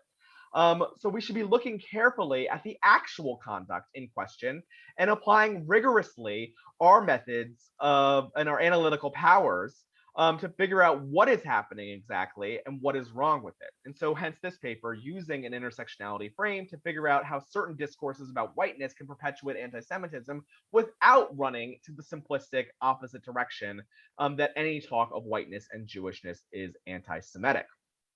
And that moves to the second observation, which is that I've seen, unfortunately, quite a few people share my article with comments to the effect of, this is why it's anti-Semitic to call Jews white. And that's not my thesis, right? Because I'm not saying that Jews are never in any way or in any context white. Clearly we are, and I'll give a very obvious case, which is that a Jewish man, Solomon Blatt, was the Speaker of the South Carolina State House for most of the period between 1937 to 1973, which is, say, the heart of Jim Crow and white supremacy. You do not become the Speaker of the South Carolina House of Representatives during Jim Crow if you are not being viewed as a white person. So what we need is a theory for how Jews are obviously white in a case like Blatt's, and yet obviously not in other cases, as in the KKK, often in the same time or place. The counter to this, I hear, is people, in the provocative way of putting it, is something like, did Jews have white privilege when they were sent to concentration camps? And I find that to be just a very weird question, right? We talk about, patriarchy and prerogatives of being a man in society, yet Jewish men were also sent to the camps. Is it weird to say, well, Jewish men don't have male privilege? Do they have male privilege when they were sent to the camps? Right? We could just say, and perhaps we should just say, that racism, misogyny, anti-Semitism, these are all different axes of oppression. A Jew can be white and benefit from white supremacy, even as they still face very severe and significant anti-Semitism, just as I can be male and benefit from patriarchy. They're just different axes. And so one way of thinking through the problem of this paper is, why doesn't that framework, which strikes me as very straightforward, seem to stick? And there are, I think, two competing explanations here that both have some truth to them. One of them is that a Jew who looks like me can sort of strategically claim and disclaim whiteness as it suits, right? And using Jewishness to disclaim whiteness serves to shunt off responsibilities without dispensing with privileges. But in part, it's also because Jewish whiteness is not taken to coexist with, but rather to obliterate anti-Semitism as a relevant axis of oppression, particularly, though not exclusively, when we're talking about anybody who is not white vis-a-vis Jews. And an implication of the separate axis argument is that non-Jews of any race or any sex or any sexuality are privileged over Jews along the dimension of anti-Semitism, just as men of any race or religion or ethnicity are privileged over women along the axis of sex. And so again, and I'll conclude here, the solution is not to run to this sort of fundamentalist view that Jews either simply are white and there's nothing more that needs to be said about them, or that Jews can never be white in any context, in any discourse that seeks to identify the ways that Jews interact with and can be the beneficiary of white supremacist systems is anti-Semitic.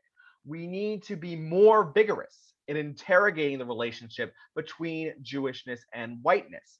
And hopefully by exploring the particular mechanisms through which discourses of whiteness can do problematic things to Jewishness, can work in this intersectional fashion, we can open up the space for a more robust and honest reckoning that sees anti-Semitism for what it is, that doesn't allow whiteness to obscure it, but also sees the situations where Jews very much enjoy and have prerogatives of whiteness in American society and in the Western world.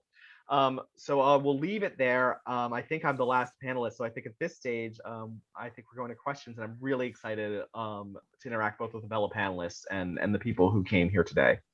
Thank you for all three really phenomenal, insightful, thought-provoking talks. I wish we had even more time for discussion. We might go a little bit over, but we want to have a break before our second panel, so maybe about 20 minutes. I see we already have 10 questions. I'll field some of those, and if you want to put more in the Q&A, I'm happy to do that. I'll open it up first to our Farber Chair in Holocaust Studies and European Jewish History, who teaches courses on anti-Semitism and has done phenomenal work on many trainings for residential advisors and panels and teach-ins on anti-Semitism. So her first, she has a question for David Nirenberg and for Eric Ward. So her first question, and maybe we can also unmute you and show you if you're willing, Amy, so that you can follow up on anything that you'd like. But her first question is, thank you so much for being here. I teach your book, Anti-Judaism, each year in my Jews and Anti-Semitism class. The question I have regards your sources in that book. Did you use your own translations of the Hebrew Bible and the Quran? And if not, how did you decide which translations to use? And her question for Eric Ward is, thank you so much for your amazing presentation. My question is, how do you address the statement that Jews in the US benefit from white privilege and therefore participate in a system of white supremacy, even when they sit at the center of white nationalist theories? Amy, if you're there, we can unmute you if you want to follow up. I am here. Okay, wonderful. And can I reframe my second question, because yeah, I of course. I wrote it while Eric Ward was talking, and I didn't, I've taught also David Schraub, your article, which is just superb at getting my students to think about this. You do such a great job of framing it, like Jews are still white, but also all these other things. And I feel like that really helps the students kind of not be defensive, right? And to be able to open up and listen to what you have to say, which is, I also think, super important. But so obviously these two presentations speak to each other, Ward and Schraub. I don't know like what the proper ways, I don't know if you want to be called doctor or first names, so I will just stick with last names. But so what I really was struck by listening to those panels side by side is that Eric Ward is talking about Jews, anti-Semitism as like the center of white supremacy. And then David Schraub is talking about the ways that Jews can actually be seen as the quintessential white. So the quintessential non-white and the quintessential white, right? Kind of side by side. So I'd rather you kind of address that particular dichotomy, because I think it's really fascinating. And yes, Professor Nirenberg, with all of your I love teaching anti-Judaism. It's just like the perfect textbook for my book, where we move historically through time, starting with the Bible and ending with things like intersectionality and QAnon and things like that. And so, yeah, I've always wondered about your sources. I've like poured through your introduction to try to figure out what you have to say about them. But right, there's so many translations and so many different ways that these texts have been interpreted that I would just like to hear a little bit about your process there. Thank you.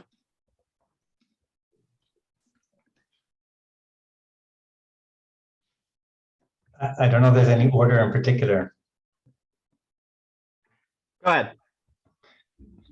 Okay, Amy, thank you and it's really a very important question, is every word of texts like the Quran, the Bible, the Sirah, the life of Muhammad, the traditions, every word of these foundational texts has long futures, and they're interpreted in many different ways. And the struggles over their interpretation are often the areas in which new ideas about human diversity, color, anti-Semitism arise. On the other hand, there's a lot of bad reasons we choose translation. So each translation already encodes, like there's translations that come from the Catholic tradition, there's translations that come more from Protestant traditions, and you have to kind of choose. There's also another issue in choosing translations. If you cite a lot from one translation, sometimes you have to get permission from the publisher. So there's even an incentive to retranslate. And I must admit that I did both those things. I sometimes cite consistently from one translation of something, and I say why. I also retranslate a lot of things, and I say why. I'll give you an example of a word that is really important for the history of race and racism and anti-Semitism and discrimination that is obscured by translation. The word seed appears over and over and over and over again in the Hebrew Bible, in the New Testament, the Greek New Testament, sperma, semen in Greek and Latin, in Hebrew, doria in Arabic, and often, very often, it's translated as progeny, children, offspring, lineage, but you lose something about the reproductive logics, the biologics of what's going on there if you translate that way. So just to say, there's a lot of decisions that go into what translation to choose. Everyone is laden already with a history. And so I do try sometimes retranslate, but I always say when I'm doing it so that people don't, get confused.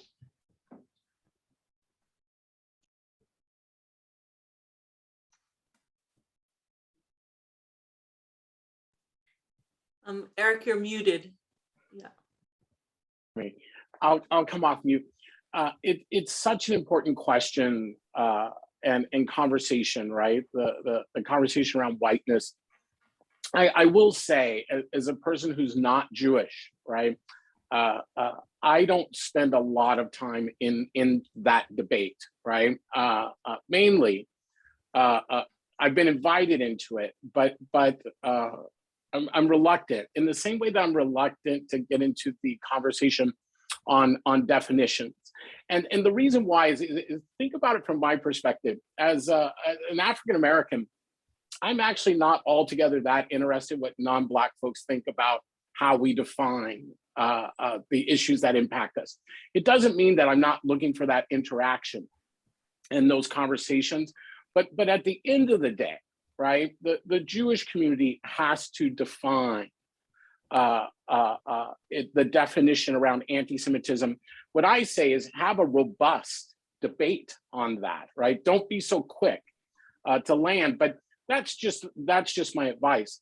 On the question of whiteness, I can speak to it a little bit more broadly because, you know, whiteness is a social construct. And I think it's important for us all to acknowledge, right, that race is a social construction, not a biological construction.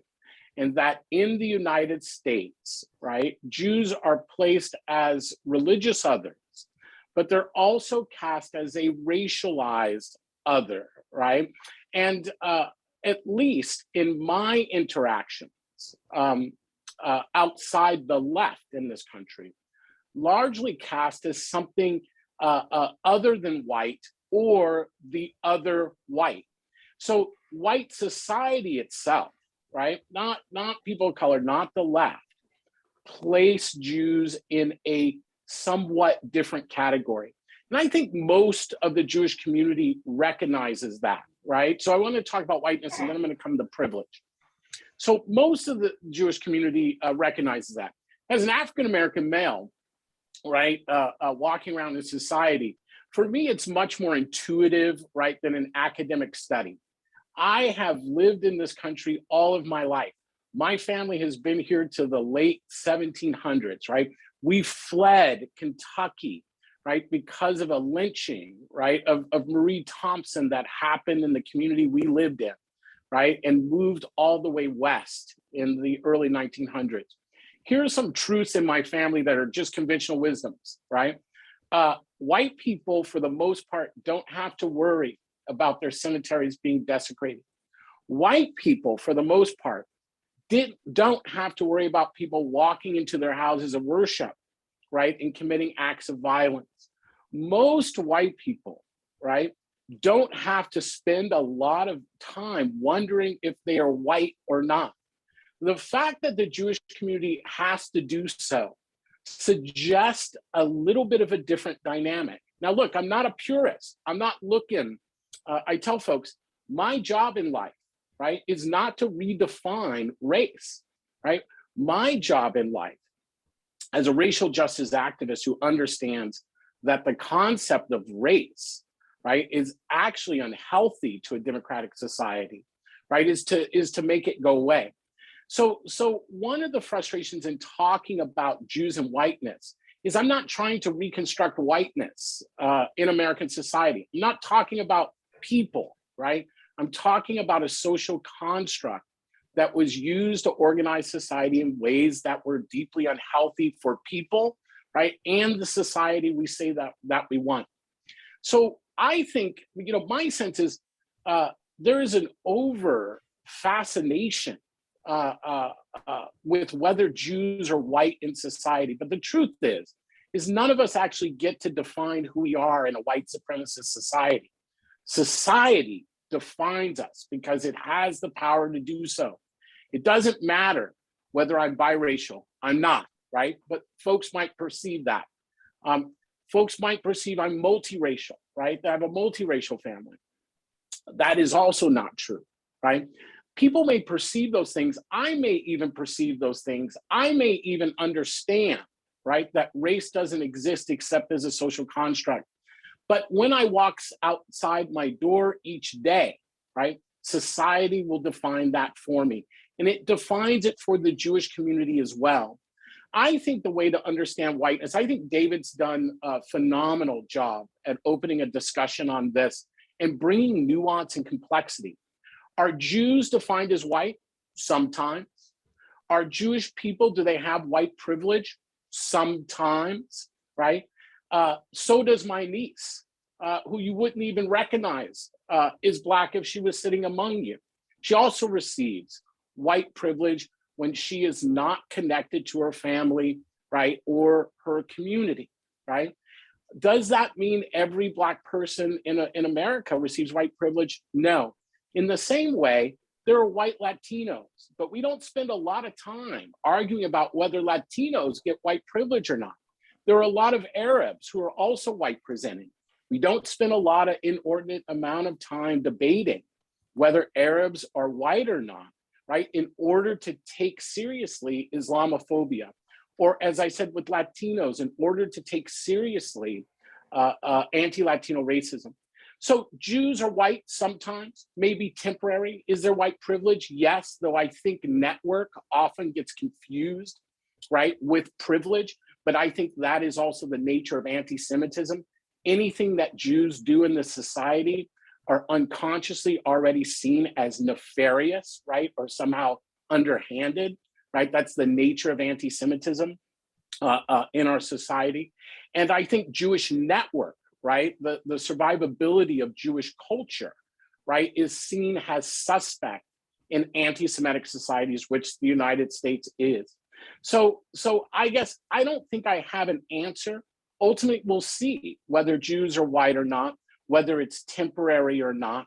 But I do look back at history for one guy, which is the one thing that seems to point out to me is that Jews seem to be, anti-Semitism seems to be most right and most chaotic and violent in those moments in history where the Jewish community feels most assimilated. That seemed to have played out in this period. That seems to have played out in Weimar Germany, right? That seems to have played out in France and possibly other places that I'm unaware of. Not to say that that is where we are now.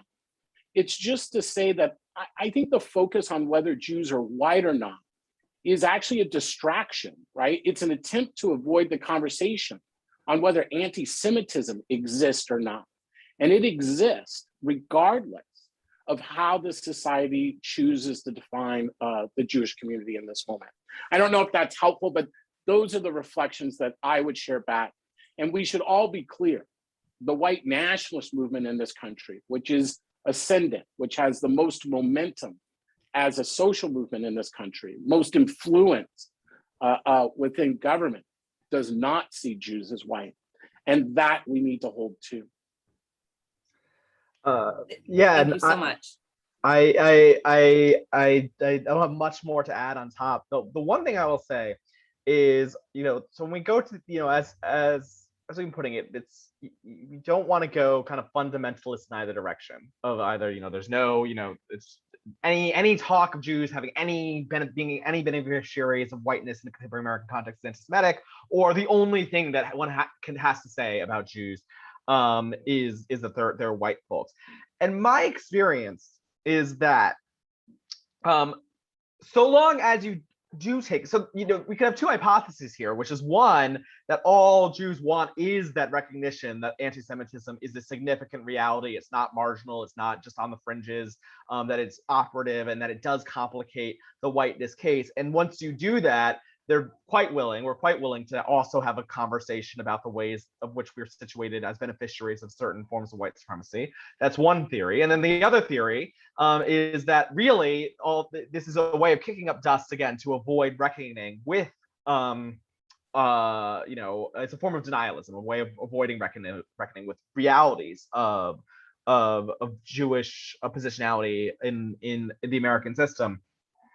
And that's going to, different people are different.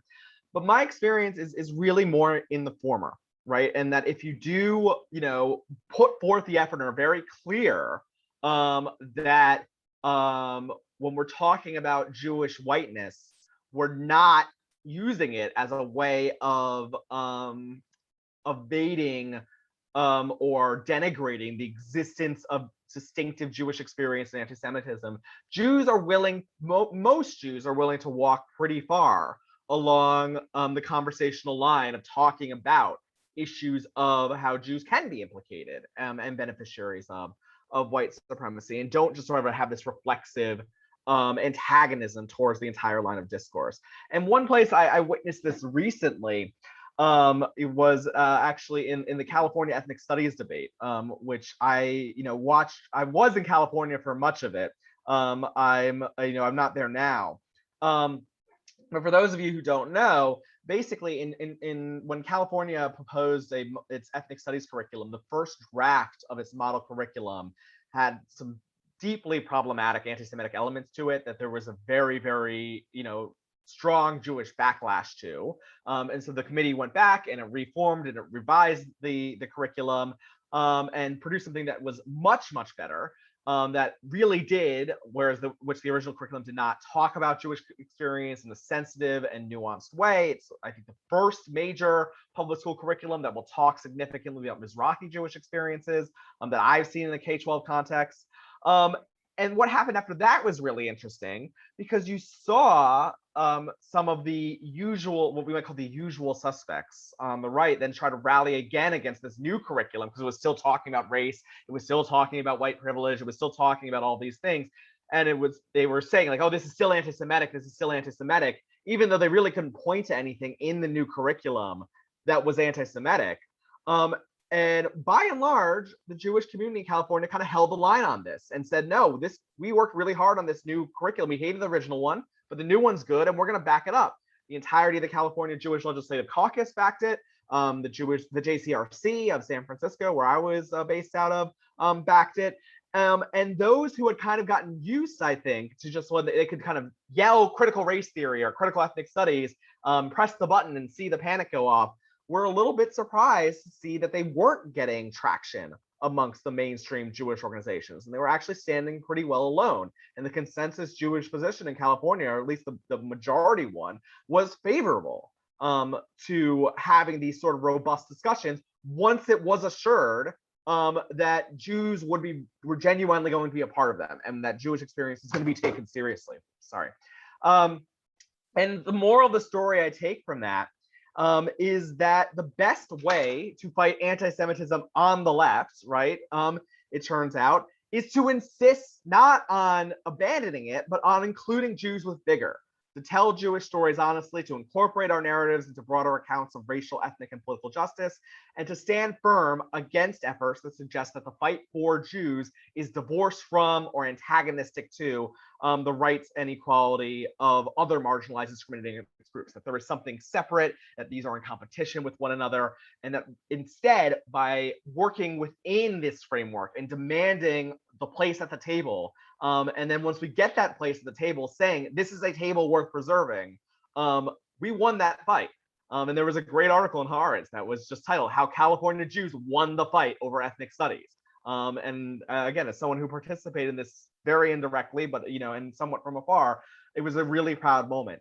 Not just both to see how the Jewish community rallied to against and to get rid of the anti-Semitism in the original document, and how once it created a better document, it resisted the move that some made to try to argue against the whole premise of doing robust, rigorous ethnic studies work and anti-racist conversations, and not be sucked in to this sort of anti-critical race theory panic that unfortunately has been sweeping over so much of the country. Thank you so much. We only have a little more time for questions, so I apologize. We won't probably be able to get to all of them, but you can join us for our second panel from 1 to 3, and we'd be able to perhaps at the end of that panel also come back to some of these issues. In the meantime, I wanted to quickly ask David Nirenberg to maybe elaborate on your analysis that basically, how it relates to our understanding of some of today's issues that so many of us with goodwill are kind of, unknowingly buying into some of the current anti-Semitism in trying to understand today's realities. Because you were mostly talking about the history, you didn't have a chance to kind of go into that as much. So I'd love for you to elaborate a little bit. And then I see that Ethan Katz would also like to address the panel. So I'll go next to you. and then maybe take one or two more questions, but then give the panelists time for a break before the second panel. I wish we had so many more hours, but I know people get tired over Zoom, so I apologize for that. Yeah, David and then Ethan. Well, thanks, Yael. It's very kind of you to ask. I avoid talking about the present, both because it always gets me into trouble, and second, because it's a common deformation of professors who know something about, a lot about something, that means that they also know a lot about the world they live in. I know a lot about aspects of the past, and sometimes that helps me with the present, but not always. Having said that, I want to stress, I would say that obviously I do believe that a lot of what I discussed is relevant for the now, and in some ways, I'm using the past as an allegory for the present. And we all do that when we study the past. And one of the things I really want to say, and I think I'm trying to say, Eric already said better than me, and so I'm not going to try restate it, except to point out that the reason I stress that anti-Judaism is not just about the Jews, that it very often functions in societies, in fact, where there are no Jews, and that it takes ideas about Judaism and turns them into forms of critique that can Judaize anybody. That I think I quoted this idea, wer ein Jude ist, bestimme ich, who a Jew is, I decide, or as Theodore Adorno put it, just to put it in a footnote to Eric's words, to call someone a Jew is a pretext to work them over until they resemble the image. So what I believe is that anti-Judaism is a form of thinking that affects and that is deployed and shapes the reality for lots of people who are not Jews. Eric talked specifically about people of color in the US today.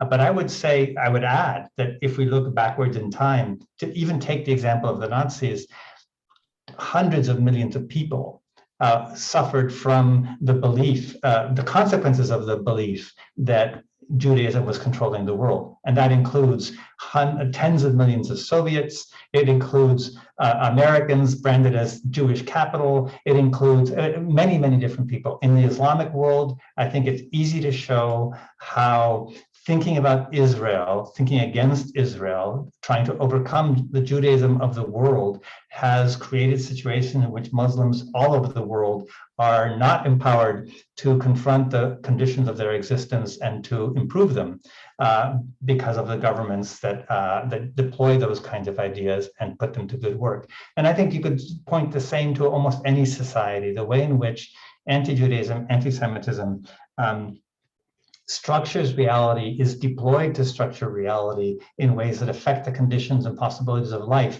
for billions of people who are not Jewish. And we forget that all too often and think that anti-Semitism is just about Jews. It's not. So that's the only thing I really want to say. I do think we live in a moment where anti-Judaism, anti-Semitism, there is a difference, but let's not get into that, is currently being deployed for many such purposes. Replacement theory is one great example of that. And it's very powerful in countries where there are no Jews, like Hungary. And I just want to stress again, replacement theory is not new.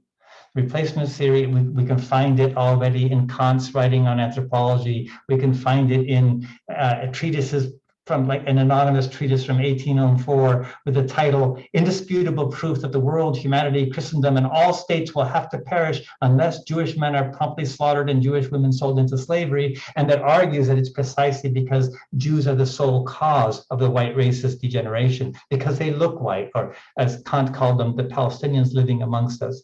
So what I'm trying to say is that even in our Enlightenment ideas, even in our ideals, these ideas about how society is shaped by Judaism are present and very powerful. And I certainly think they work today, but I wouldn't say that, for example, any particular case of critique of Israel or this or that fits into my theory. That, I think, is where we go too far. I just want to cultivate the sensibility of the power of anti-Jewish thought in our cultures and our societies. Thank you so much. Ethan, you have a question? Yeah, so it was a wonderful panel, and thanks to you all. And I have immense respect and regard for all of you. I want to just push both Davids a little bit. So David Nirenberg, what you just said makes me think that you may just reject the premise of my question, because I hear you wanting to be very insistent that you're not trying to impose on the present moment. But I heard in your remarks at the outset an effort to suggest that at least many of the critiques of Israel that cross into anti-Semitism are not about anything that real Jews are doing. Now, I may have misunderstood you. I guess my question is, there's a lot of research that shows pretty emphatically that there is a correlation between moments of violence in the Middle East and anti-Semitic attacks. It's true in this country, it's true in France, which I work on more. And that isn't to excuse those acts, but I wonder if we might understand some of the present dynamics better by thinking about similarities between these attacks in the United States and, say, Islamophobic attacks in the wake of terror or in the wake of the withdrawal from Afghanistan or events there, anti-API racism in the context of the coronavirus and certain policies of China, as acts against American citizens who become totally wrongly implicated in foreign policy positions, which doesn't necessarily completely contradict your framework, but I wonder if in the present moment it might complicate it. David Schraub, I love your article. I use it a lot. I guess I'm just puzzled by why the category of whiteness is still, it seems to be that you want to maintain that category in a way that I think we might benefit from just using the case of Jews to underscore why the constructs of race in America on a binary are so problematic. I mean, Asian Americans are another great example of why a lot of people do not fit neatly into categories of white or black or brown. And, in David Badiel's book, he points out, I think really importantly, like the notion that because Jews look white and they don't face attacks when people don't know they're Jewish, that doesn't get us that far. I mean, it's a little too similar to saying like, well, if gays would just stay in the closet, then they wouldn't face any LGBTQ racism. So it seems to me that, I just wonder if we might do better to think about like the fact that, Jews are often not coded as white, depending on circumstance, depending on what they wear, depending even on what their hair looks like. And they're somewhere in a kind of gray area. And I just have to say about the ethnic studies controversy, I applaud the work that you did and what you wrote about and the work that a lot of people did, but I really think you are kind of viewing it too much through rose-colored glasses in terms of the outcome. I mean, those who are most invested in ethnic studies were not happy with the final curriculum, with rare exception. They were very critical of it, and they felt that it watered down the ideas of anti-racism. So I think like a real reckoning about anti-racism and what it means for anti-Semitism and vice versa, I don't think was had there, because I think, even many Jewish studies professors who care about education anti-Semitism were critical from sort of more of a kind of hardcore ethnic studies vantage point of the outcomes of the curriculum. So, and I actually think this illustrates the problem of having such trouble of grappling with Jewish difference when we're stuck in the whiteness versus black brown paradigm. So I'll stop there. Maybe we just go in order. Ethan, of course, I don't reject the premise of your question. It's precisely because the real and the figure of the Jew are so imbricated, intertwined, as I think I tried to say, that they draw power from each other. So, of course, we all know that when there is violence in the Middle East, by which we really mean Israel, Palestine, that attacks on or anti-Israel, anti-Jewish incidents increase, although they're always disproportionately high in the US. So, let's stress that, but they do increase. What does that have to do with reality? Why do they increase? Let me just give you a comparison. I mean, first let me stress, as Aristotle pointed out, justice has got to be proportional. And in fact, that's the whole point of the Merchant of Venice too. Pound of flesh for pay with your life for a debt of 100,000. That's not proportional. So justice has got to be proportional. So let's ask, let's compare two worlds, two different aspects of our world that we live in. One is, say, the Gaza war, which led to a lot of the kind of activity you're pointing to, Ethan. And the other one is what happens in the city I live in every year. Every year, more than 1,000 people are shot, die from gunshot, mostly people of color, more than 1,000 every year. In the Gaza war, 260 people, and I'm not excusing at all the Gaza war. There is a reality of the issues that happen in Israel-Palestine that we must criticize, I must criticize. But why does the world pay that attention to the Gaza war and not to Chicago? That's not about reality. That's about the kinds of work that discourses that we function in, that our ethical and ideal, our ethics and our ideals are shaped by. So why does a Muslim living in Paris think of a Jew as the most vital, the greatest threat to their own actualization of their dreams? Why does someone living in Iran? I certainly understand why someone living in Palestine does. All of these questions are the questions that we got to ask in order to understand why we interpret the world the way we do, why the real looks the way it does to us, why what seems most pressing to us feels the way it does. And that's not an obvious or trivial decision. So that would be my, I think, response. Yeah, Ethan, thanks so much for the, I guess, really two questions, and I'll take them in order. So the question that, the degree to which the better move is not to try to locate, even in a complicated way, Jewishness into whiteness, but rather to just destabilize it altogether. I understand the appeal.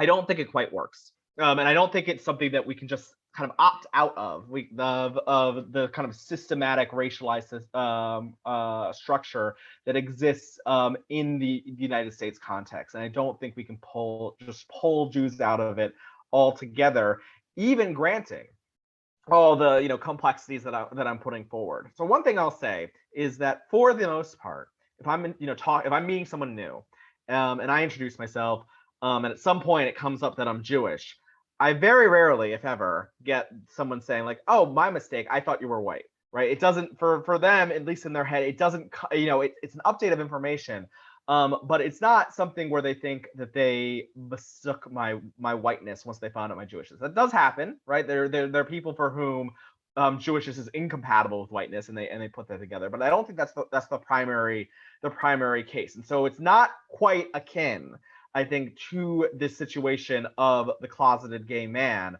where once they come out, the thought is, oh, I had a mistaken view about you. I mistakenly viewed your sexuality. Someone might mistakenly view my religion, right, in this situation, but that doesn't necessarily think they necessarily mean they will think, oh, I was mistaken about your race. And this is even clearer when we pivot over to non-white Jews, and when we start talking about white Jews being divorced from whiteness and being just Jewish, it really starts to cause problematic implications for non-white Jews who, they're like, well, I'm definitely black, so therefore am I not just Jewish? What does that mean? Certainly, and there was a great, it was a great line in Manish Tanai, who's a Black Orthodox Jewish rabbi. He wrote a novel that it was semi-autobiographical, but he said something to the effect of, there's never a situation where a police officer is viewing me as a threat and reaches for his gun and then sees my kippah and thinks, oh, my mistake, I thought you were black, but you're actually Jewish, right? So in that sense, we can really see how Jewishness can't be used to fully displace the racial categories that already exist in the system. And so I think we do have to locate in a nuanced and complex and ambivalent and ambiguous way, but nonetheless locate Jewishness within the kind of broader racial structure of America, and then talk about it in a way that isn't going to boil down to just simplistic, well, if you're white, the only thing that needs to be said is you're white and you're living the good life. We need to have a more complicated conversation than that, but nonetheless, I think that is the proper framing of the conversation. With respect to Catholic studies, Yeah, I have happy views about the outcome about this. Partially, it always struck me as somewhat absurd, the idea that California K-12 curricula is going to mimic what is taught or what is believed should be taught in a anthropology classroom at Cal State LA, right? And that that people in that situation are disappointed with the outcome and don't think it fully reflects their views. I always thought that was regardless of whether you agree with those views or not, I thought that was implausible that was going to be the outcome. So the idea that this is going to be and that ethnic studies in the K-12 context is going to be modulated in such a way that is, it's written by committee, it's going through state approval, it's being, it's endorsed by a state that has to account to a broad, multi-ethnic, diverse political constituency. I consider all of those things to be benefits and not burdens. And yeah, it's not, it's never going to be perfect. And people have, pointed to some of the model curriculums talk on Jewish whiteness and say, well, you said this other thing in your article, so don't you not like it when they say this? I'm like, well, yeah, obviously, if I could just write the entire curriculum myself, I would like it better, but that's not how curricula work, right? And so, Right. Yeah, I consider the ultimate product to be very much a success story. And I consider it to be a success story that is testament to a lot of Jewish organizations doing the hard work of putting themselves to the table and then not refusing to take yes for an answer, right? And not turning the perfect into the enemy of the good. And when we see the sort of kind of regrouping of some of the original proponents who were pushing for the kind of more aggressively hostile language and the sort of what we call liberated ethnic studies curriculum, if we want to make sure that it doesn't get penetration in California public schools, the best thing we can do is rally around the model ethnic curriculum course. And the Jewish organization, again, it's a minority, but it's certainly a very vocal minority that is trying to, we need to veto the whole thing, we need to, burn it all to the ground, are doing a tremendous disservice of, I won't even give them the credit of saying perfect enemy of the good, because I think they want something decidedly imperfect in their desires for how they want these issues to be taught or not taught, as the case may be. But even for those of us who, we can always look through and say, yeah, I wish this was phrased this way, this was in a more robust way. I think a lot of those criticisms, to the point where if they manifest at the level of, and therefore we should jettison the curriculum outright, just have an unrealistic expectation of what is plausible or frankly even appropriate for the state to recommend as part of its K-12 curriculum. Yeah, just to clarify, I mean, I agree with what you just said. It's just, I worry, you said it's a great victory. And I guess what I worry about is that since the original proponents, as you know, withdrew their support, if it's viewed in the ethnic studies world as a blight on ethnic studies work, and it doesn't set any positive precedent for how to work with anti-Jewish bias in ethnic studies curriculum, I just worry that it's sort of a Pyrrhic victory. That's my concern. Yeah, I'm honestly, I was never that sold on the idea that we would sell the original authors on the idea that their original work was a disaster show, right? I mean, so I'm not surprised that they're not happy. I do think that the reception in the community broadly defined is more mixed, right? And I don't think it's a wholesale rebellion. And I think the original authors are trying to make it into one, and I think they're getting a healthy assist by groups like JLIV, which are insisting that the only true ethnic studies is this, is that form. But it's the flanks against the center, and it's a pretty broad center that is pretty pleased with this and should be pleased with this. And I think that is, again, it's testament to a lot of people putting a lot of really good hard work that deserves a lot of praise. Well, thank you so much for the fantastic panelists. We apologize that we weren't able to get to all the questions, but we've been together for 2.5 hours, so we want to take a half-hour break before we come back for the second panel from 1 to 3. So I hope that many of you